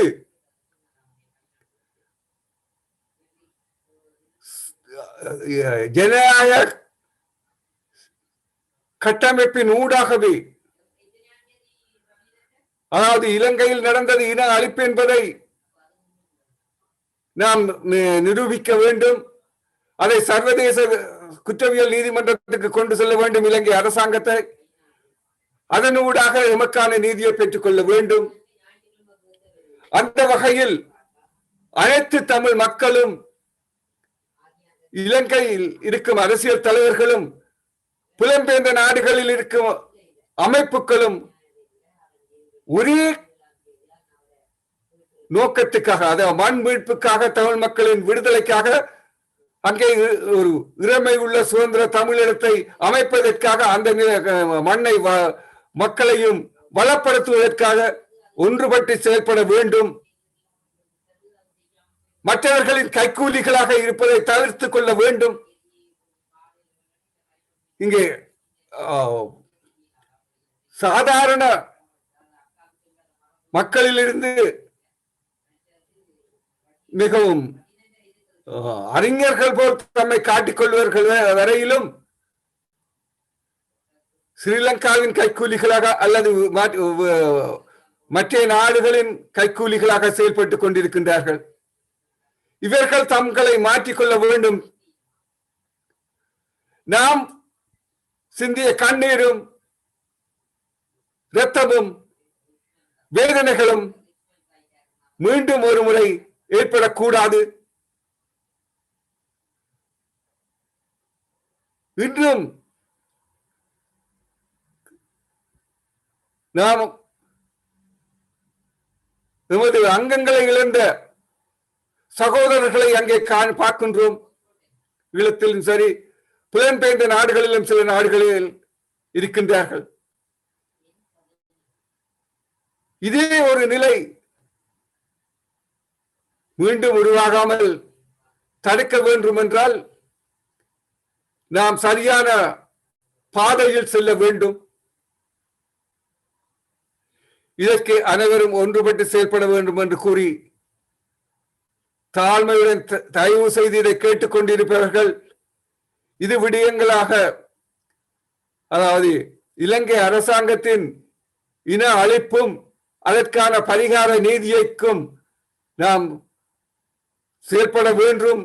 அதே நேரத்தில் ஐக்கிய நாடு சபையின் மேற்பார்வையில் அல்லது இன்னொரு நாட்டின் மேற்பார்வையில் ஈழத்தில் உள்ள தமிழ் மக்களிடமும் புலம்பெயர்ந்த தமிழ் மக்களிடமும் ஒரு சர்வஜன வாக்கெடுப்பு நடத்த வேண்டும்.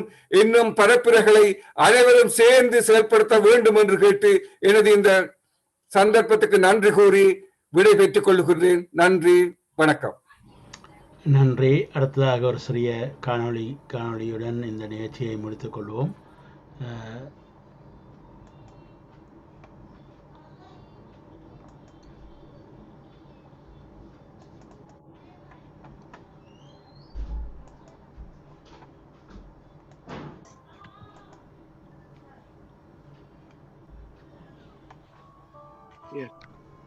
Okay, thank you. Black July 1983. The charge is genocide. 38 years ago, thousands of Tamils were massacred by Sinhala mobs backed by the government and state forces. The anti-Tamil pogroms of 1983 was a time in which many innocent Tamils were slaughtered, lit on fire, beaten, and had their homes and businesses destroyed. The anti-Tamil pogroms of 1983 were not the only ones or the first that had occurred on the island. Anti-Tamil pogroms occurred in 19...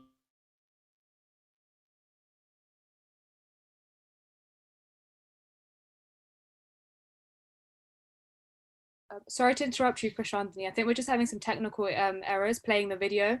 We're just going to start that again for you.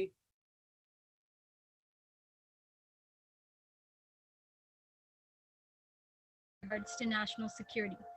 This gave authorities the ability to commit atrocious crimes with no witnesses.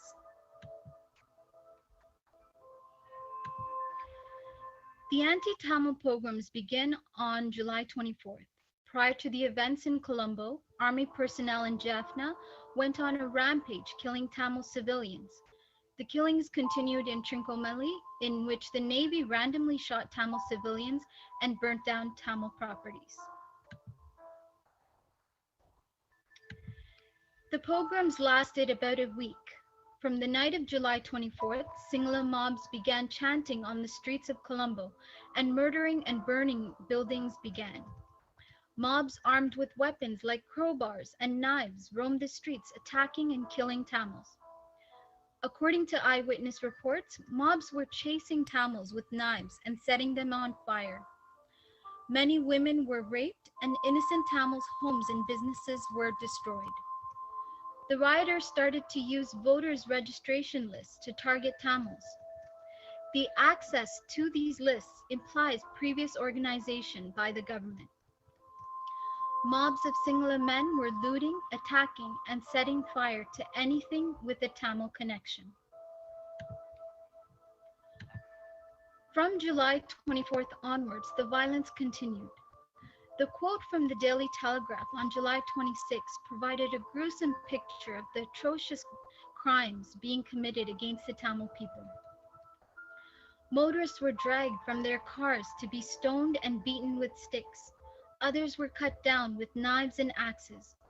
Mobs of Sinhala youth rampaged through the streets, ransacking homes, shops, and offices, looting them and setting them ablaze as they sought out members of the Tamil minority.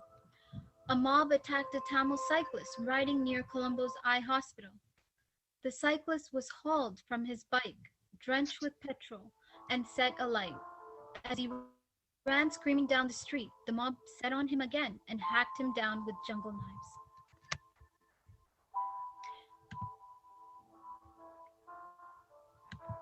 As a result of the media censorship, many of the photos of the 1983 pogroms did not come to light until much later. One of the most disturbing photos from the events are that of a young Tamil man, stripped of his clothing and his dignity. The man is surrounded by a group of Sinhala men, with one man raising his leg as if he was ready to kick the Tamil man. You can clearly see from this image the lack of respect for human life and the enjoyment in their faces when torturing this Tamil man. The man was later beaten to death by this Sinhala mob. The next photo on the right shows a Tamil business being looted by the Sinhala mobs, while uniformed police officers stood silently and observed. Prashantini, I'm so sorry to interrupt you, but could No you possibly put your screen on full screen, please, so we can see properly? Really sorry. Okay, sorry. Thank you. I'm just going to stop sharing for a moment.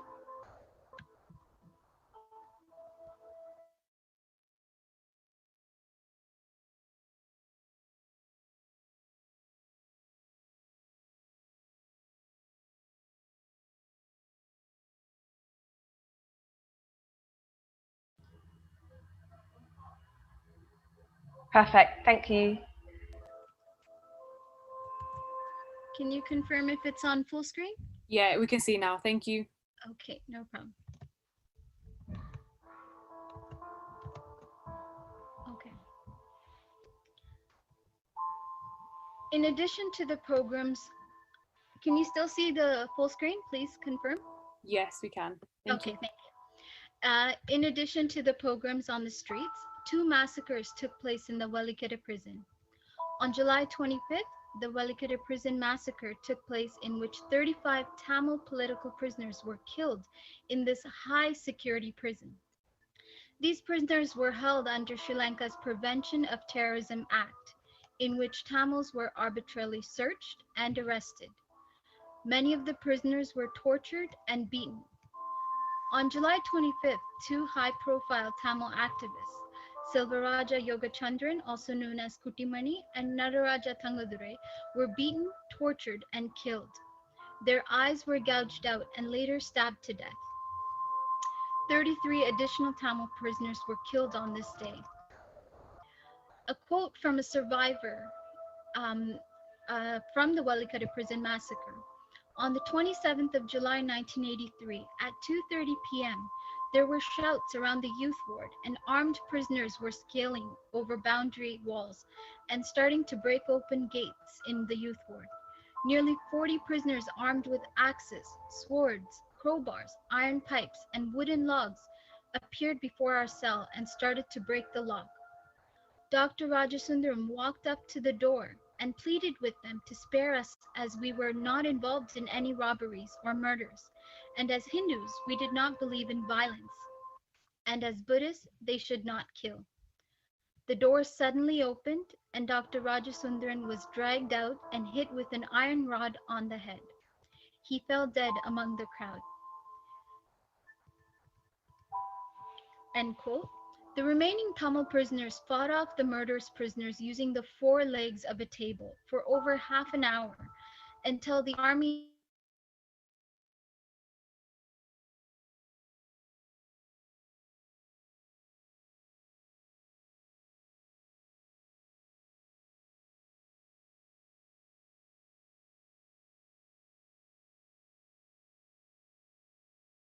inexcusable. Without the support of prison guards, the attacks could not have been carried out so strategically and organized. The violence continues throughout Sri Lanka in Norelia, Kandapulo, Hawelia, and Matala. Many Tamil-owned businesses were burnt down. Tamils began fleeing by bus, train, and boat to the north to escape the Sinhala mobs. On July 27th, a train headed for Jaffna at Fort Railway Station was stopped. The Sinhala mob attacked the Tamil passengers, and some were burnt alive on the train tracks. Many Tamils were forced into refugee camps, and many fled to India and other countries to escape the violence.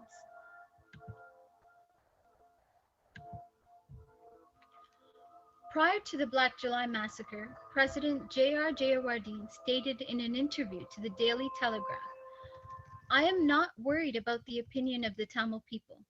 Now we cannot think of them, not about their lives or their opinion. The more you put pressure in the north, the happier the Sinhala people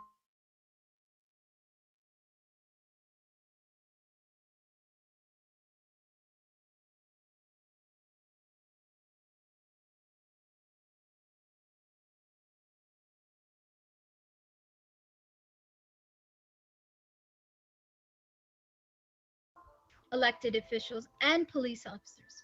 He continued to suppress the Tamil people, blaming them for their own suffering, while emphasizing the grievances of the Sinhala people. The participation of government, ministers, police authorities, and the army is evidence of a state-sponsored genocide.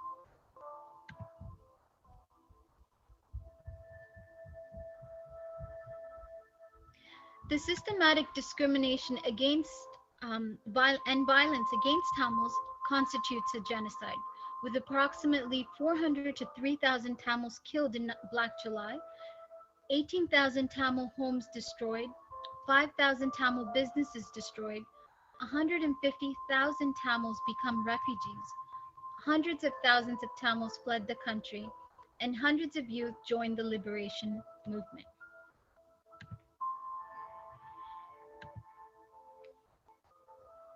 In the Convention on the Prevention of and Punishment of the Crime of Genocide, Article 2 states that any of the following acts committed with intent to destroy in whole or in part a national, ethnical, racial, or religious group.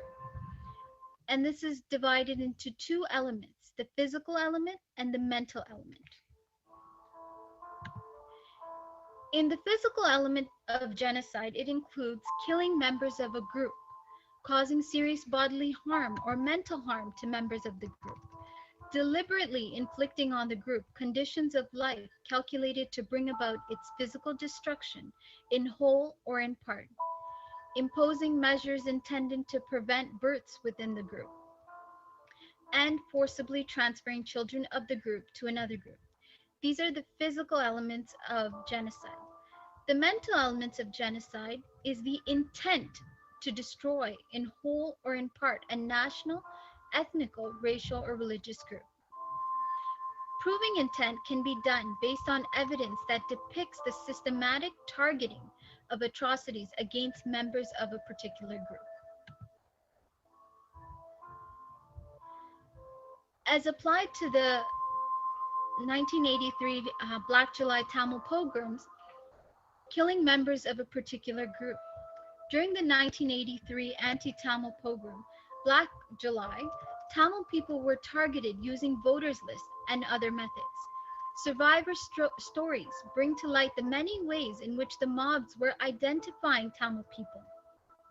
In fear of being killed, many Tamil people who were fluent in Sinhala attempted to hide their Tamil identity. However, some words were specifically more difficult for Tamil people to pronounce and were used to identify them. The events of Black July in 1983 clearly constituted genocide with the intentional and deliberate act to destroy the Tamil people.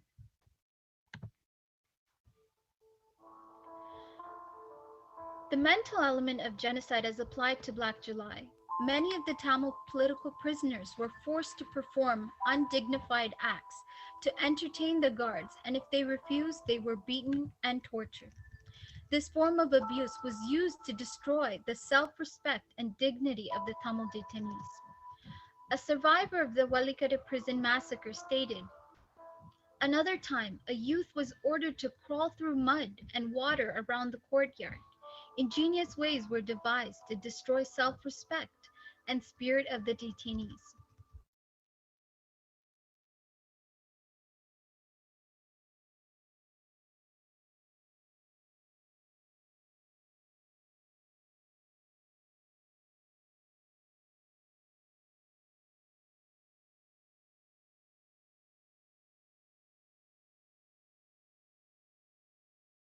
Livelihood and cause grief to the Tamil community. What you can't hide is a genocide.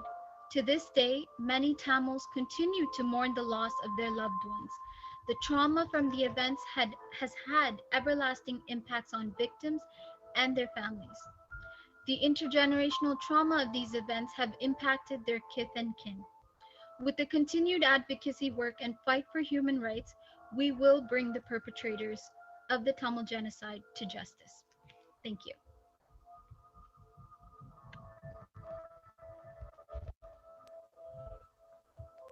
Thank you so much for that, Shanthini. It was very informative, and it was it was a good explanation of Genocide Convention and speaking about the physical elements and the mental elements, because proving intent is extremely difficult, and I think it's you'd explained that very clearly. So thank you so much. Next up, we have Mr. Iqbal. Mr. Iqbal was educated at the University of Ceylon. He joined the administrative services of Sri Lanka and retired in 1997 after nearly 40 years of services in different positions. Among those positions, he has held those as a secretary of 4 presidential commissions of inquiry in Sri Lanka, 2 of which had been on disappearances of persons. He was also a visiting lecturer at the Sri Lankan Institute of Development Administration, the Institute of Human Rights in Colombo, and the Cooperative Training College in Kandy. After retirement, he served as the consultant at the National Human Rights Commission of Sri Lanka, the Law of Society Trust of Sri Lanka, and the Asia Foundation in Sri Lanka. And finally, Mr. Iqbal is an advisor to the International Independent Group of Eminent Persons who had been invited to oversee the investigations into serious human rights violations in Sri Lanka. He left Sri Lanka in 2007 and was residing in the Netherlands for about 10 years. We will now play a video from Mr. Iqbal.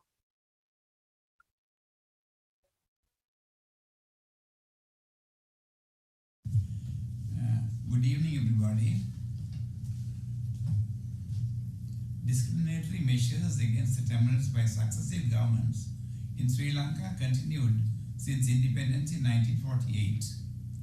Many Sinhalese politicians in the country used Chauvinism as a means to win votes at elections.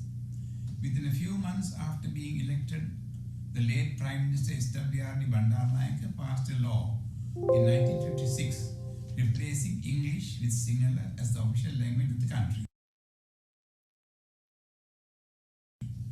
That accelerated the discord between the Sinhalese and the Tamils that led to many programs.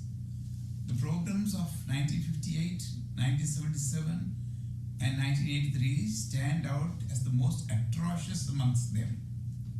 The program of 1958 resulted in a large number of Tamils in the public service who could not work in the Sinhala language to leave the service. The pogroms of the later years resulted in Tamils being killed and their properties being destroyed. Consequently, several had to flee from the country and seek refuge overseas. Though no official inquiries were made into the events that led to the riots of 1958, a book called Emergency 58, written by Tazi Vitati, has documented many of the atrocities that took place. That book, which was printed abroad, was banned in Sri Lanka to prevent the people in the country coming to know how brutal the rioting Sinhalese and the security forces personnel had been towards the Tamils. The clamour for justice for those affected by the pogroms of 1977 led to the appointment of a Presidential Commission of Inquiry known as the Sansoni Commission. The contents of this report has never been released in full. In 1981, the Public Library of Jaffna was burnt down while some key cabinet ministers of the time were in Jaffna. That incident was a prelude to the events of that July of 1983, the memory of which remains deeply embedded in the minds of the Tamils.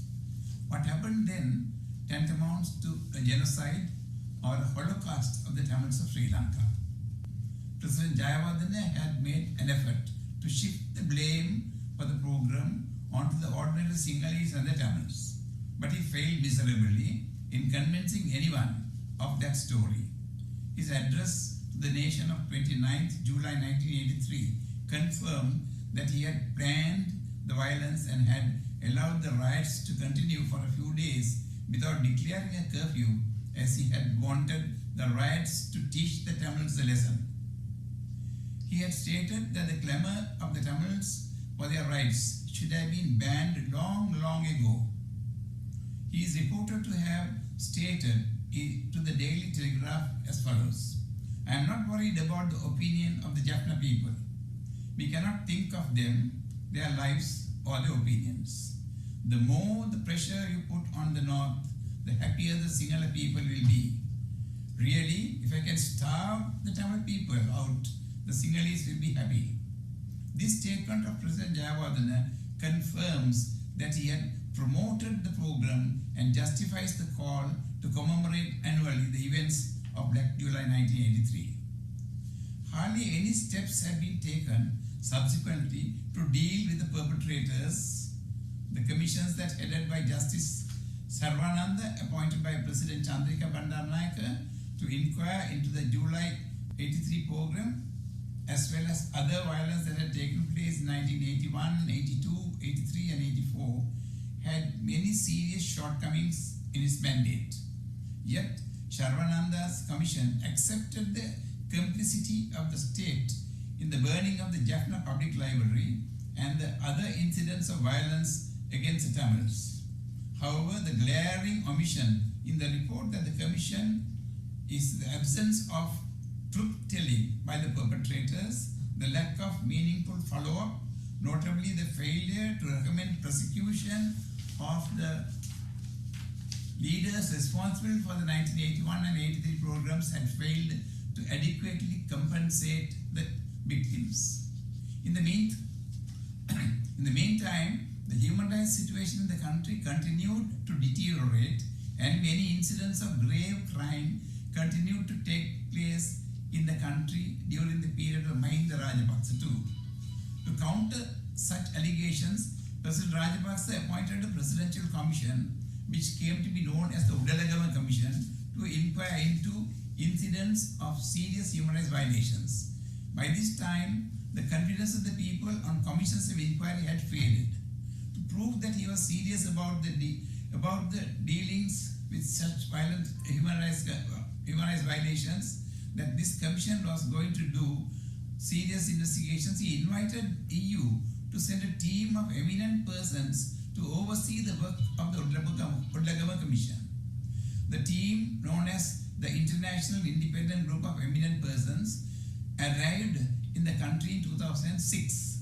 In response to the President's invitation to oversee the work of that commission, IJEP had to abort their mission within 1 year of their arriving in the country. They left saying that there is an absence of political will and the institutional ability of Sri Lanka to conduct human rights inquiries in accordance with international norms and standards. Subsequent events exacerbated the rift between the communities and escalated it into a conflict. Consequently, the war that ended in 2009 erupted and resulted in hundreds of thousands of civilians being killed and a large number of others disappearing during and after the end of the war. The allegations of human rights violations and war crimes committed during the conflict remain uninquired. The appointment of a commission of inquiry into disappearance of persons known as the Paranagama Commission to inquire into and report on the disappearance of persons during the period of the conflict and the lessons learned and reconciliation commission appointed subsequently did not bear fruit.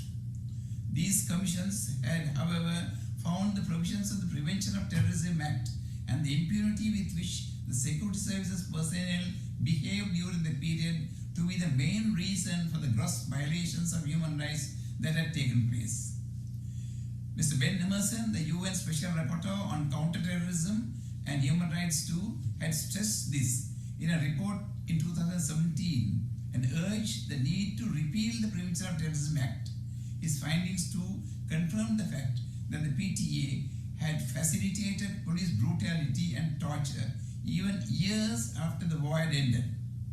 The view of IJEP that Sri Lanka does not have either the will nor the desire to promote and protect human rights in the country is applicable to the recommendations of all commissions and that had been appointed by successive governments in Sri Lanka on issues relating to human rights in the circumstances, human rights in the country. In the circumstances, it is no surprise that the police and the security forces acted with utter impunity in their military operations, which resulted in the massacre of civilians during the war that ended in 2009 and the human rights violations that took place then and later on. The panel of experts appointed by the UNHRC after the conclusion of the war had this to say: the conduct of the war represented a grave assault on the entire regime of international law designed to protect individual dignity during both war and peace. In such a situation, the adoption of a resolution by the European Union Parliament calling for a temporary withdrawal of the concession given to Sri Lanka to have preferential access to European market has given some hope for reform. It is hoped that the worldwide commemoration of Tamils have been conducted every year against the programs such as the Black July of 1983 would strengthen the resolve of many countries to put pressure on the government of Sri Lanka to deal with the issues of the Tamils, complying with the undertakings that have been given repeatedly by successive governments to the effect reforms in the laws relating to human rights in the country. If they fail to do so, there is no hope for a better future for the country. Thank you.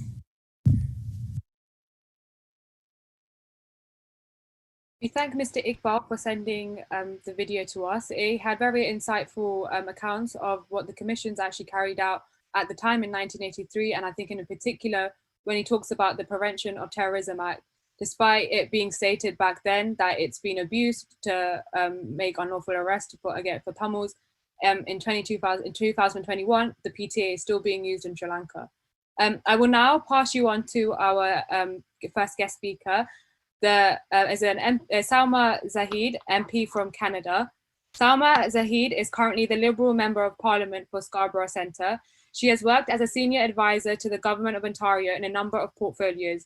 She is currently a member of the Standing Committee on Citizenship and Immigration and the Standing Committee on Public Accounts. Salma Zahid, we're so honoured to have you. Thank you so much. Thank you, Sarmila. Wanakam. It's an honor for me to be among you all. But it's with deep sadness and sympathy that I speak to you today on the remembrance of a particularly horrific and sorrowful chapter in Sri Lanka's history. It has been 38 years now since a hate-fueled spate of violence, now known as Black July, had engulfed Sri Lanka. The anti-Tamil program in 1983 resulted in the loss of no less than 3,000 Tamil lives, the destruction of thousands of businesses, and the displacement of more than 150,000 individuals. To those that have lost loved ones, relatives, friends, and colleagues, my heart and prayers are with you and those that you have lost. But I just also want to assure you that you have chosen Canada to be your new home, that we have a government that has vowed to oppose hate, racism, and discrimination in all its forms. The Prime Minister of Canada, Right Honorable Justin Trudeau, today issued a statement on the 38th anniversary of Black July. And he said, we join Tamil Canadians and members of the Tamil community around the world to remember the victims of the horrific events of Black July in Sri Lanka. In July 1983, long-standing tensions and unrest culminated in anti-Tamil programs in Colombo and across Sri Lanka, plunging the country into a 26-year-long armed conflict. The conflict killed tens of thousands of people, forced many into exile, and left lasting wounds in communities across the country. In the months following Black July, and thanks in large part to the advocacy of Tamil Canadians, the Government of Canada introduced a special measures program which helped more than 1,800 Tamils resettle in Canada and safely rebuild their lives here. Today, Tamil Canadians represent one of the largest Tamil diasporas in the world, and they continue to make tremendous contributions to shaping a stronger, more resilient, and more inclusive Canada. So on behalf of Government of Canada, I extend my deepest sympathies to those who suffered and lost loved ones during Black July and the ensuing conflict. The armed conflict ended in 2009, but we must continue to work towards lasting peace and reconciliation for all in the country an undertaking which requires a meaningful accountability process that has the trust and confidence of all victims. Canada continues to support the efforts of all those working towards these goals. And I also want to take this opportunity to thank all Canadians of Tamil origin for their contributions in making Canada one of the diverse countries in the world.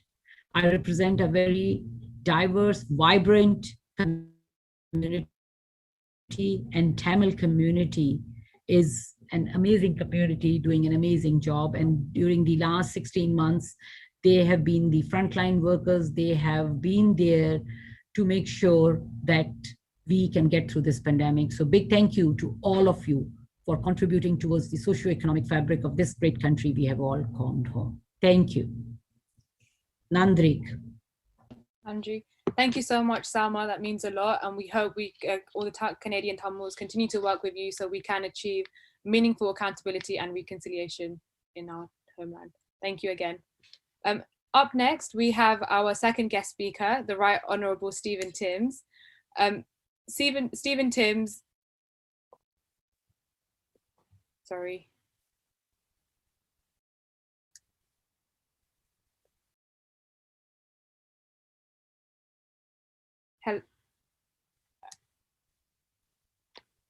I'm here. Hi, Stephen. Oh, sorry, that was my mistake. I was trying to, okay. So Mr. Stephen Timms is our Right Honourable MP for East Ham. Mr. Timms has previously visited the United Nations Human Rights Council in Geneva with BTF to lobby the foreign ministers for truth, justice and accountability for Tamils through an international independent investigation. And he was going to join us in March last year before the COVID pandemic took place. And, you know, we had to cancel Mr. Timms' visit to Geneva, even though he was willing to come out there during this COVID battle. And Stephen has been a fantastic, long-standing supporter of the Tamil community. Thank you so much for everything you do, Stephen. Over to you.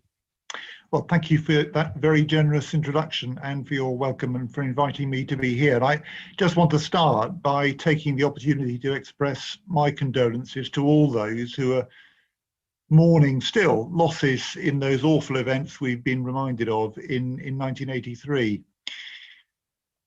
I think it's important as well just to recall that the backdrop to our commemoration this evening is that the situation in Sri Lanka has become even worse since the 2019 election. I noticed what the Sri Lanka campaign said in February, and that's an organisation with Tamil, Muslim and Sinhalese support. They said last February, and I quote, "Respect for the rule of law and human rights has demonstrably diminished. The current government in Sri Lanka has significantly reversed progress on 15 of the 25 commitments under Resolution 30/1, that's the United Nations Human Rights Council resolution, and halted progress on 7 others. The position we see today is that the president controls all the senior judicial appointments. There's a climate of fear. Human rights defenders, victims are watched and harassed. Human rights lawyers are held without charge. Before the election in 2019, I think what was happening was the Sri Lankan government was at least paying lip service to the Human Rights Council resolution, which they co-sponsored with the UK after David Cameron's visit as Prime Minister. And I think the calculation was that if the government of Sri Lanka gave at least lip service to engaging, then the international community would by and large leave them alone. And by and large, they were right. Sri Lanka was not seriously held to account for what had happened.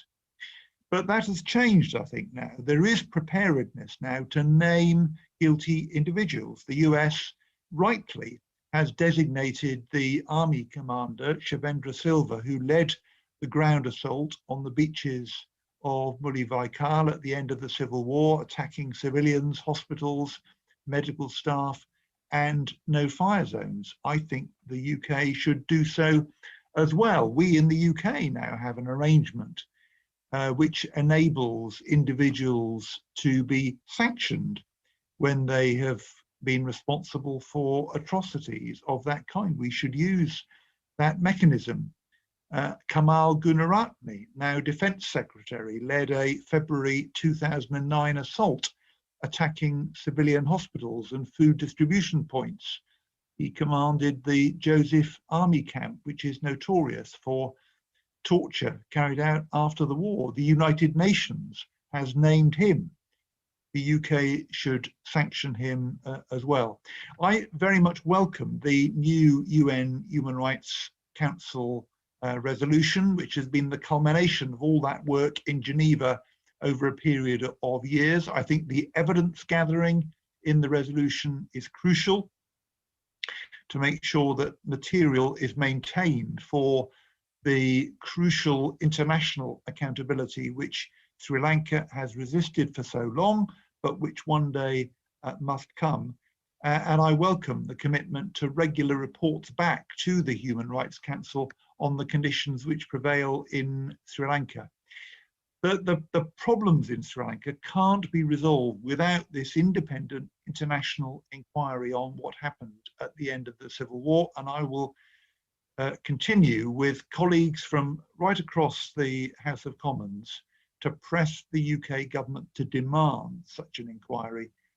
And that new resolution, agreed earlier this year, needs to be backed by sanctions on individuals, as many people, again, on all sides in Parliament are arguing. I very much hope the UK is going to play its part.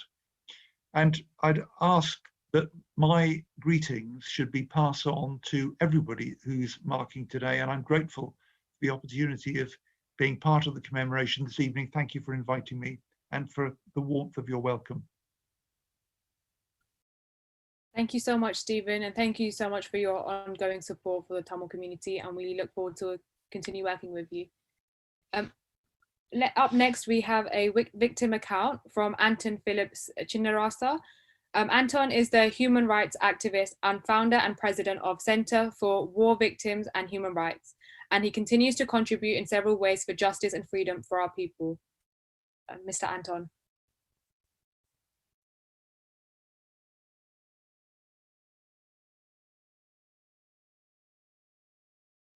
My dear friends, today we remember the events on Black July, where thousands of Tamils massacred, thousands of shops burned down, thousands of houses burned down.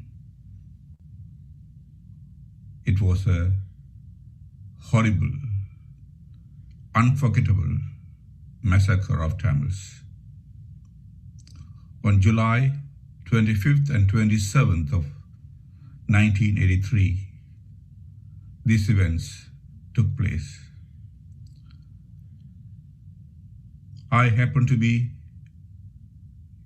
at Velikada prison, arrested under the Prevention of Terrorism Act for withholding information, along with the Catholic priest, Father Singarayar, Methodist priest, medical doctors, and journalists and architects. And we were kept in a youth offenders section, and there were other political prisoners, around 65 of them were kept in chapel section of this Velikada prison, which was built in the 18th century by the British.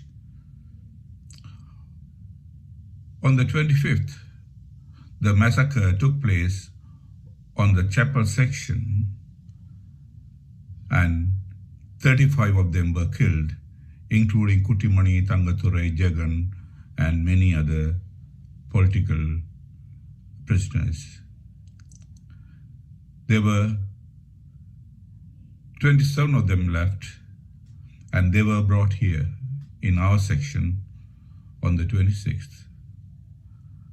We understand these events were started when the bodies of the army was brought from Jaffna to Kanatha prison, and from there the attack on the Tamils started.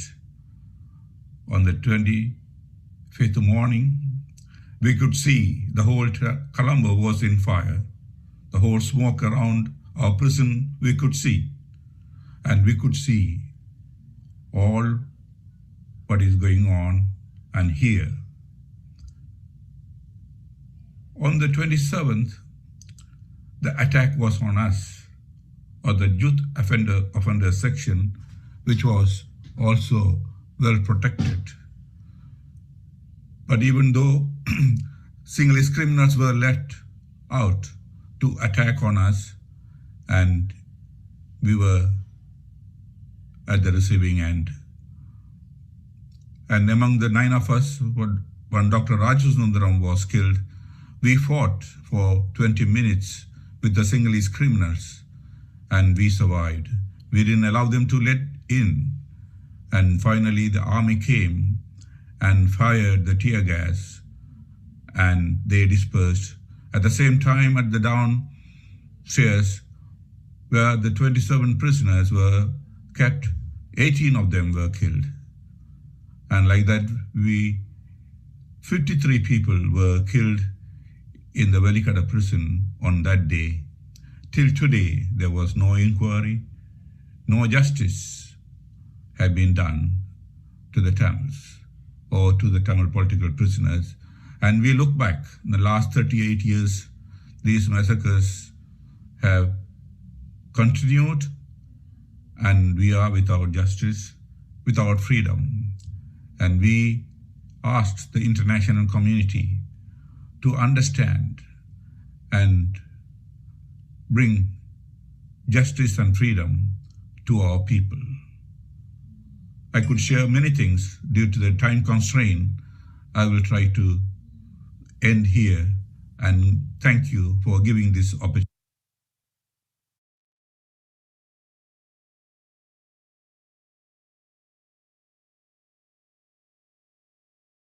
We thank Mr. Anton for his account. It's just heartbreaking to hear what happened at Velikada prison in 1983.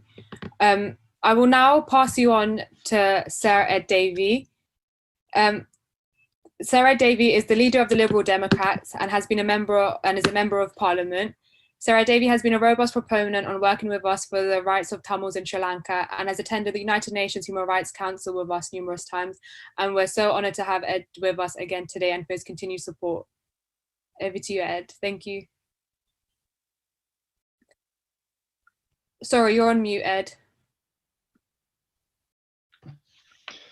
Thank you, Vanakkam. It's an honour to address you all at this memorial event and to be able to join you in remembering all those Tamils who were tragically killed, tortured, forced to flee their homes 38 years ago. The atrocities which took place against Tamils during Black July were simply horrific. And now 38 years on, that legacy sadly continues, from the displacement of Tamils around the world to the continuing division sown by the Sri Lankan government and the ongoing lack of accountability and justice for all those who suffered and for all those whose human rights were breached. Liberal Democrats stand against human rights abuses everywhere. That is why we will continue to make the case for recognition of the genocidal actions against Tamils. This is why we will continue to call for all those who committed war crimes to be properly investigated and held to account for what they have done. And is why we will continue to call on the UK government to put far more pressure on the Sri Lankan government. We want to see a full commitment from the Sri Lankan government to programmes around truth and reconciliation and the implementation. We want commitment to address ongoing regional and ethnic disparity and delivering conflict-related justice. It is also right that the UK calls upon the Sri Lankan government to reform its security sector, its criminal justice system, its terrorism act in line with international standards, and that must include police accountability. Now, we know the story at the UN Human Rights Council. First, the Sri Lankan government pretending it was going to meet its resolution pledges, then withdrawing. And I think that history shows we can't trust this Sri Lankan government. And while the resolution adopted at this year's UN Human Rights Council didn't go as far as I would have liked, I'm pleased that it made an agreement, international agreement, that the evidence should be brought together and should be investigated.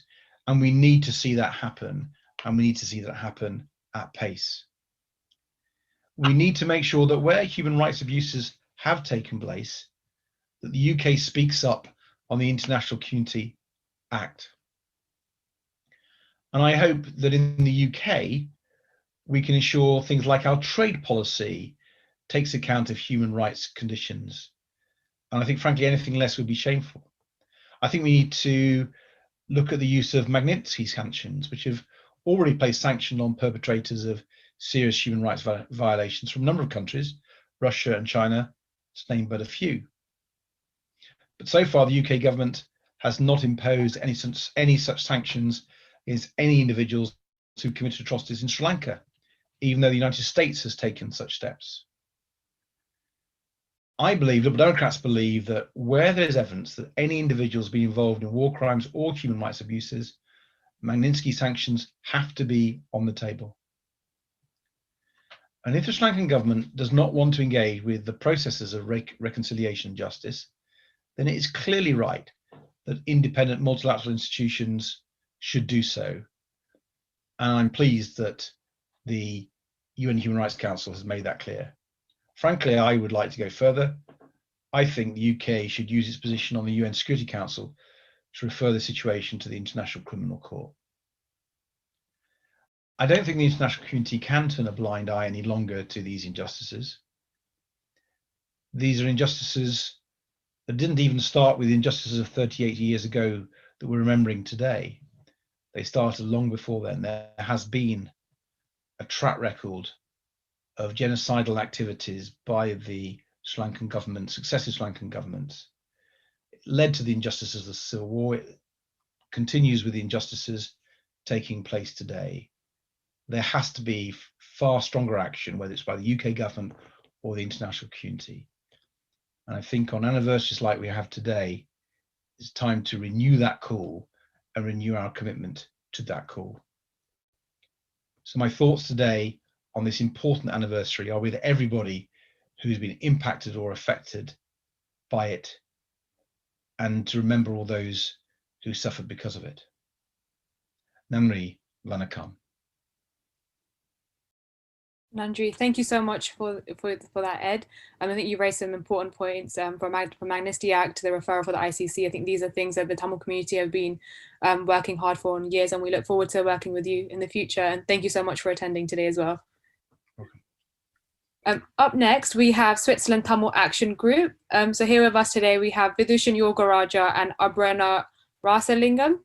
They both live in Switzerland, and their main focus in Switzerland is to conduct advocacy with politicians, civil society, including human rights defenders in Switzerland, to get accountability, justice, and legitimate rights for the Tamils in Sri Lanka.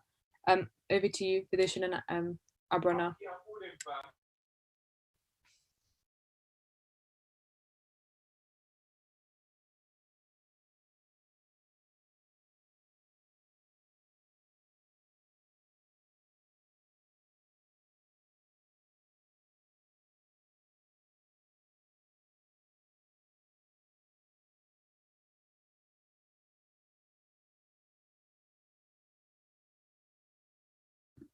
So good evening, everybody. We will be talking about cycles of violence in Sri Lanka. The Tamil people of Sri Lanka have been subject to state-sponsored violence, discriminatory policies, and acts of genocide since independence from Britain in 1948. To this day, the Tamil people do not have many rights, including the right to mourn, freedom of speech, and living in fear under constant military presence in the Tamil north and east of the island. Before independence, there was a struggle of nationalism against British colonialists. There were many incidents of violence clashes between Sinhalese Buddhists and Christians and Muslims as well. The Panadura debate, held in 1862, was the climax of the first phase of Buddhist revivalist movement. In 1903, the Catholic Church Anuradhapura was burned. Anti-Muslim riots took place in 1915, where Sinhalese mobs attacked Muslim traders and shops. Since independence from Britain in 1948, there have been more than 150 recorded massacres committed by the Sri Lankan state, Sri Lankan armed force, and Sinhalese mobs. As a result of these incidents, more than 150,000 Tamil people lost their lives. There were many anti-Tamil pogroms which occurred before Black July 1983. We will be talking about a few of these in the following slides. The Gal Oya massacre was the first organized anti-Tamil program that happened in 1956. Local Sinhalese colonists and employees of the Gal Oya development boards seized government vehicles and weapons and killed over 115 Tamil people. In 1961, from February to April, Tamil politicians and civilians across the north and east peacefully protested against the government's Sinhala-only policies. Tamil people across the northeast united to peacefully protest against the government. However, they were met with violence from the state, police, and army. Many peaceful Tamil protesters suffered injuries.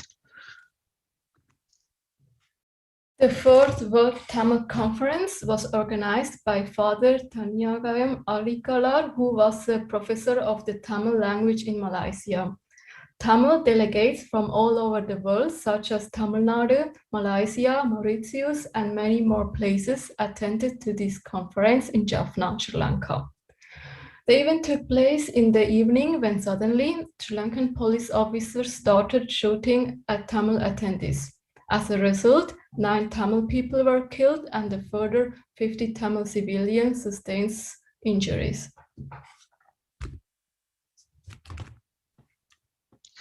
Tamil United Liberation Front had landslidely victory and won 18 seats at the 1977 general election. This was not well received from the Sinhala polity. Violence suppressed across the island, where Sinhala mobs murdered hundreds of Tamil civilians by burning them alive, raping, killing, and looting their homes. Jaffna Public Library was the biggest library in the whole of Asia and was subjected to arson attack which destroyed everything it once held. Over 97,000 culturally important and irreplaceable Tamil manuscripts were destroyed. For Tamils, the devastated library became a symbol of cultural genocide. And as we heard already before, Black July occurred between the 24th and 30th July 1983. 3,000 Tamils were killed, burnt alive, and Tamil women raped and killed by Sinhalese mobs. Over 150 Tamils became displaced, and over 8 Tamil-owned business and homes were looted and burned down. On 19 February 1985, Udumbakulam massacre occurred. The Sri Lankan army rounded up 103 Tamil people in the fields and took them to the forest nearby.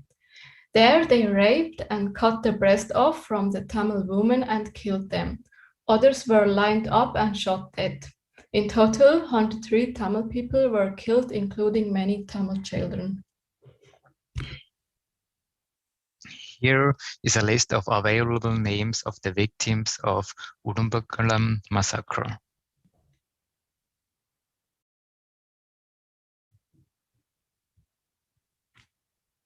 And here the following list shows the massacre that took place between 1984 to 1986.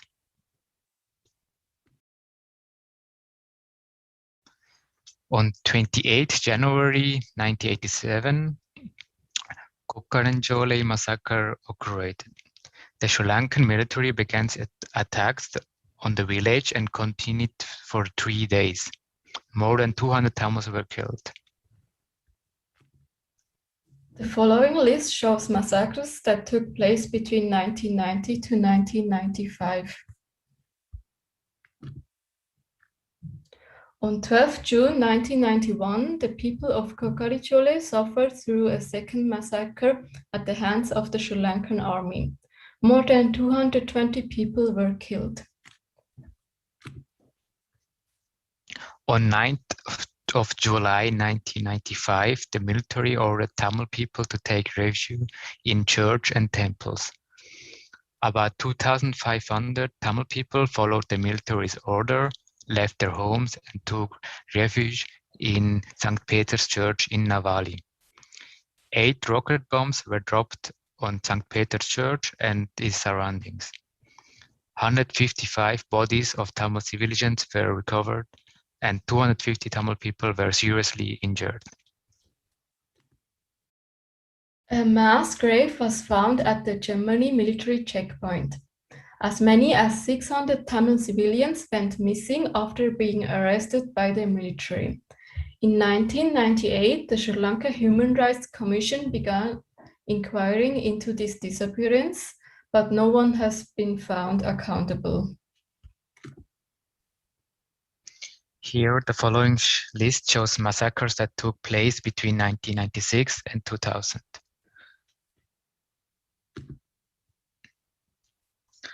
As a result of military clashes, many Tamil people became displaced. On 19th December 2000, 9 Tamil people went back to their village of Mirusaville to collect essential items they needed for living. All 9 were arrested and were blindfolded and killed by the military. The following list shows massacres that took place between 2005 to 2007. On 2nd January 2006, many young people, Tamil students, gathered at the Gandhi statue near the ocean in Trincomalee. Some Sri Lankan soldiers arrived in a 3-wheeler and threw a grenade at a group of young Tamil students. 5 Tamil students were killed in this massacre, which is known as the Trinco 5 massacre. Sugirtha Rajan, a journalist for the Tamil Daily newspaper, wrote a full-length investigative article about the killing of the 5 Tamil students, identifying the Sri Lankan army as a culprit. He was shot dead on 6 January 2006. From 2008, the Sri Lankan army began their northern offensive, which ultimately ended with the most horrific period known as the Mulivakkal massacre in 2009. Here is a list of various attacks by the Sri Lankan armed force on the Tamil people from 2008 to 2009. No fire zone. In January 2009, the Sri Lankan government declared the first no fire zone, and so Tamil civilians went to that area to take refuge. The no-fire zone was then deliberately targeted and bombed daily by the Sri Lankan armed forces. In April 2009, a new no-fire zone was declared. Again, the no-fire zone was deliberately targeted and bombed daily. As a result, thousands of innocent Tamil civilians were maimed and killed. Now you see here some pictures.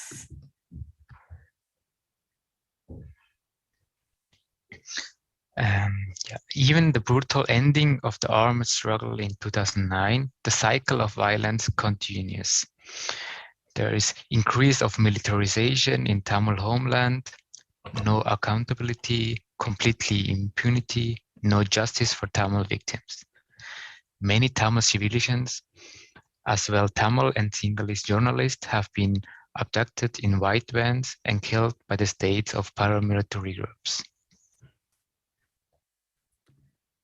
So the current situation, Michelle Bachelet, United Nations High Commissioner for Human Rights, stated in her report in February 2021 that she believes that the Human Rights Council should urgently pay attention to these early warning signs and continue its close monitoring of an engagement on developments in Sri Lanka.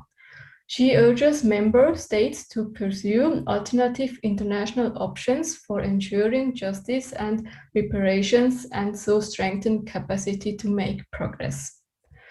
12 years on since 2009, there is still the presence of the military in the north and east of the island.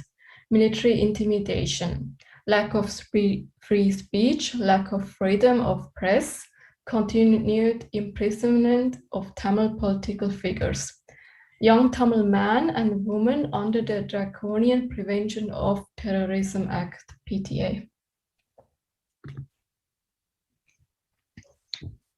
In January 2021, the Jaffna University Mullawaikal Memorial Monument was bulldozed by Sri Lankan security force.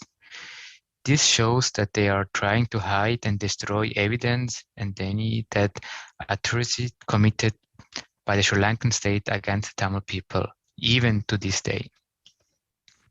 We, the Tamil youth and diaspora, will continue to remember the victims of these authorities, and we will continue to fight for justice. Thank you. Thank you for your attention.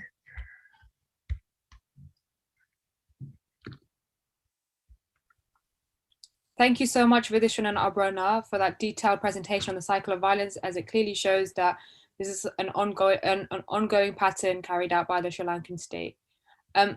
Up next, we have US Tamil Action Group. We have Dr. Elias Jayaraja, who's going to be speaking to us about the root causes of conflict. Dr. Elias.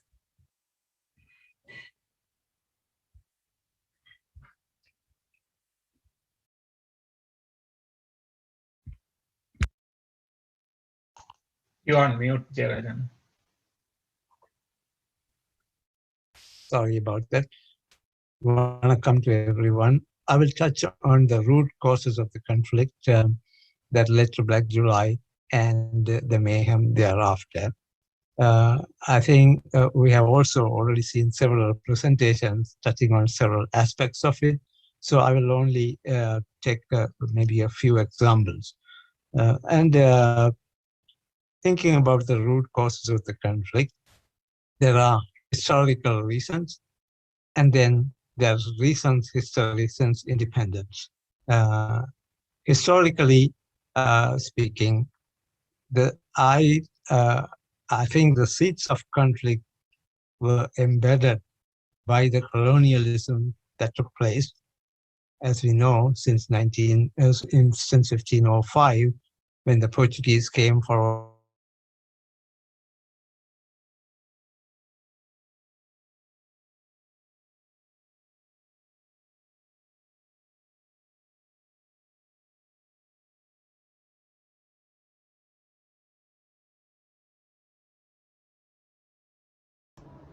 வணக்கம். நாங்கள் இத்துடன் இந்த நிகழ்ச்சியை முடித்துக் கொள்வோம். Black July என்னுடைய தாக்கங்களையும் மற்றும் இதுக்கான நீதிக்கான போராட்டங்களையும் தொடர்ந்து நாங்கள் செய்ய வேண்டும். எங்களுக்கு நடந்த இன அழிப்பு என்பதில் மிகவும் உலகத்துக்கு தெரிந்த இன அழிப்பாக 2009 ஆண்டு இருந்தாலும் கூட நேரடியாக ஐவிட்னஸோட இன்டர்நேஷ்னல் மீடியாவினுடைய இதோட நடத்தப்பட்ட ஒரு இன அழிப்பு இந்த 1983 ஆண்டு இன அழிப்பு. அப்போ அதை அந்த இன அழிப்புக்கான நீதியை கோருவதன் மூலமாகவும் அதை தொடர்ந்து நடந்த இன அழிப்புகளை ஆதாரபூர்வமாக நாங்கள் காட்டுறதன் மூலமாகவும் உலகத்தினுடைய, அதாவது இலங்கையில் ஸ்ரீலங்காவில் எங்களுடைய மக்களுக்கு இன அழிப்பு நடக்கின்றது என்பதையும் அதை நடத்துவதற்கு ஒரு அரசாங்கம் மட்டுமில்லை. இது இந்த 1983 ஆண்டு இன அழிப்பு UNB அரசாங்கத்தால் நடத்தப்பட்டது. 2009ஆம் ஆண்டு வினாளிப்பு வந்து எஸ்எல்எப்பி அரசாங்கத்தால் நடத்தப்பட்டது. ஆகையால் இலங்கையில் இருக்கின்ற 2 கட்சிகளும், அதாவது 2 பெரிய கட்சிகளும் வந்து தமிழ் மக்களுக்கு இன அழிப்பை நடத்தி இருக்கின்றார்கள் என்பது அவர்களுடைய சிந்தனையும் போக்கும். அதை அந்த ஸ்டேட் என்று சொல்லுகின்ற அந்த அரசாங்கம் அல்ல அரசு, இனவாத அரசு தமிழ் மக்களை இலங்கையை, அதாவது ஸ்ரீலங்காவை ஒரு பௌத்த நாடாக, சிங்கள பௌத்த நாடாக மாற்ற வேண்டும் என்று, எப்படி ஹிட்லர் வந்து ஒரு சுப்ரமசி ரேஸை கிரியேட் பண்ணி ஜெர்மன் தான் உலகத்தையே ஆள வேண்டும் என்று சொல்லி யோசித்த மாதிரி இது இலங்கைக்குள் இலங்கையை ஒரு தனியாக புத்த பௌத்த நாடாக, பௌத்த நாடாக, சிங்கள பௌத்த நாடாக மாற்ற வேண்டும் என்பதை சிஸ்டமேட்டிக்காக செய்து கொண்டு வருகின்ற செயல்பாடுகளை நாங்கள் உலகத்துக்கு சொல்ல வேண்டிய, அதுக்கான அட்டென்ஷன் இப்போ சைனா வந்து இலங்கையில் காலூன்றி இருக்கிற இடத்துல வந்து உலக நாடுகளுக்கு நாங்கள் இந்த நேரத்தில் வந்து செய்கின்ற எல்லா விஷயங்களும் எல்லோருக்கும் போய் சேரக்கூடிய சந்தர்ப்பம் இருக்கின்றது. ஆகையால் வந்து இந்த விண்டோ ஆப்பர்ச்சுனிட்டி என்று சொல்லுவார்கள், அதாவது வந்து ஒரு திறந்த வழியை பாவித்து இந்த வழியில் நாங்கள் இந்த 83ஆம் ஆண்டு இன அழிப்பையும் 56 துவக்கம் இன அழிப்பு நடந்து 58 இன அழிப்பையும் 56 மற்ற 77 எல்லா இன அழிப்பையும் நாங்கள் கொண்டு போகணும். முக்கியமாக 83ஆம் ஆண்டு இன அழிப்பு, இந்திரா காந்தி அம்மையார் இந்தியாவிலிருந்து இது ஒரு இன அழிப்பு என்பதை அவர் பார்லிமெண்ட்லேயே சொல்லியிருக்கின்றார். அந்த முறையில் இது எல்லாத்தையும் வைத்துக்கொண்டு எங்களுக்கான இன அழிப்புக்கான 83ஆம் ஆண்டு இன அழிப்புக்கான நீதியையும் அதை தொடர்ந்து நடந்த இன அழிப்பான 2009க்கான நீதியையும் நாங்கள் இன அழிப்புக்கான நீதியை கோரி ஒட்டுமொத்த தமிழ் மக்களும் ஒன்றிணைய வேண்டிய காலம் வந்துவிட்டது. அதை எல்லோரும் செய்ய வேண்டும் என்று கேட்டுக்கொண்டு இந்த நேரமும் இதை கேட்டுக்கொண்டிருந்த அத்தனை பேருக்கும் நன்றியை கூறி விடைபெற்றுக் கொள்கின்றேன்.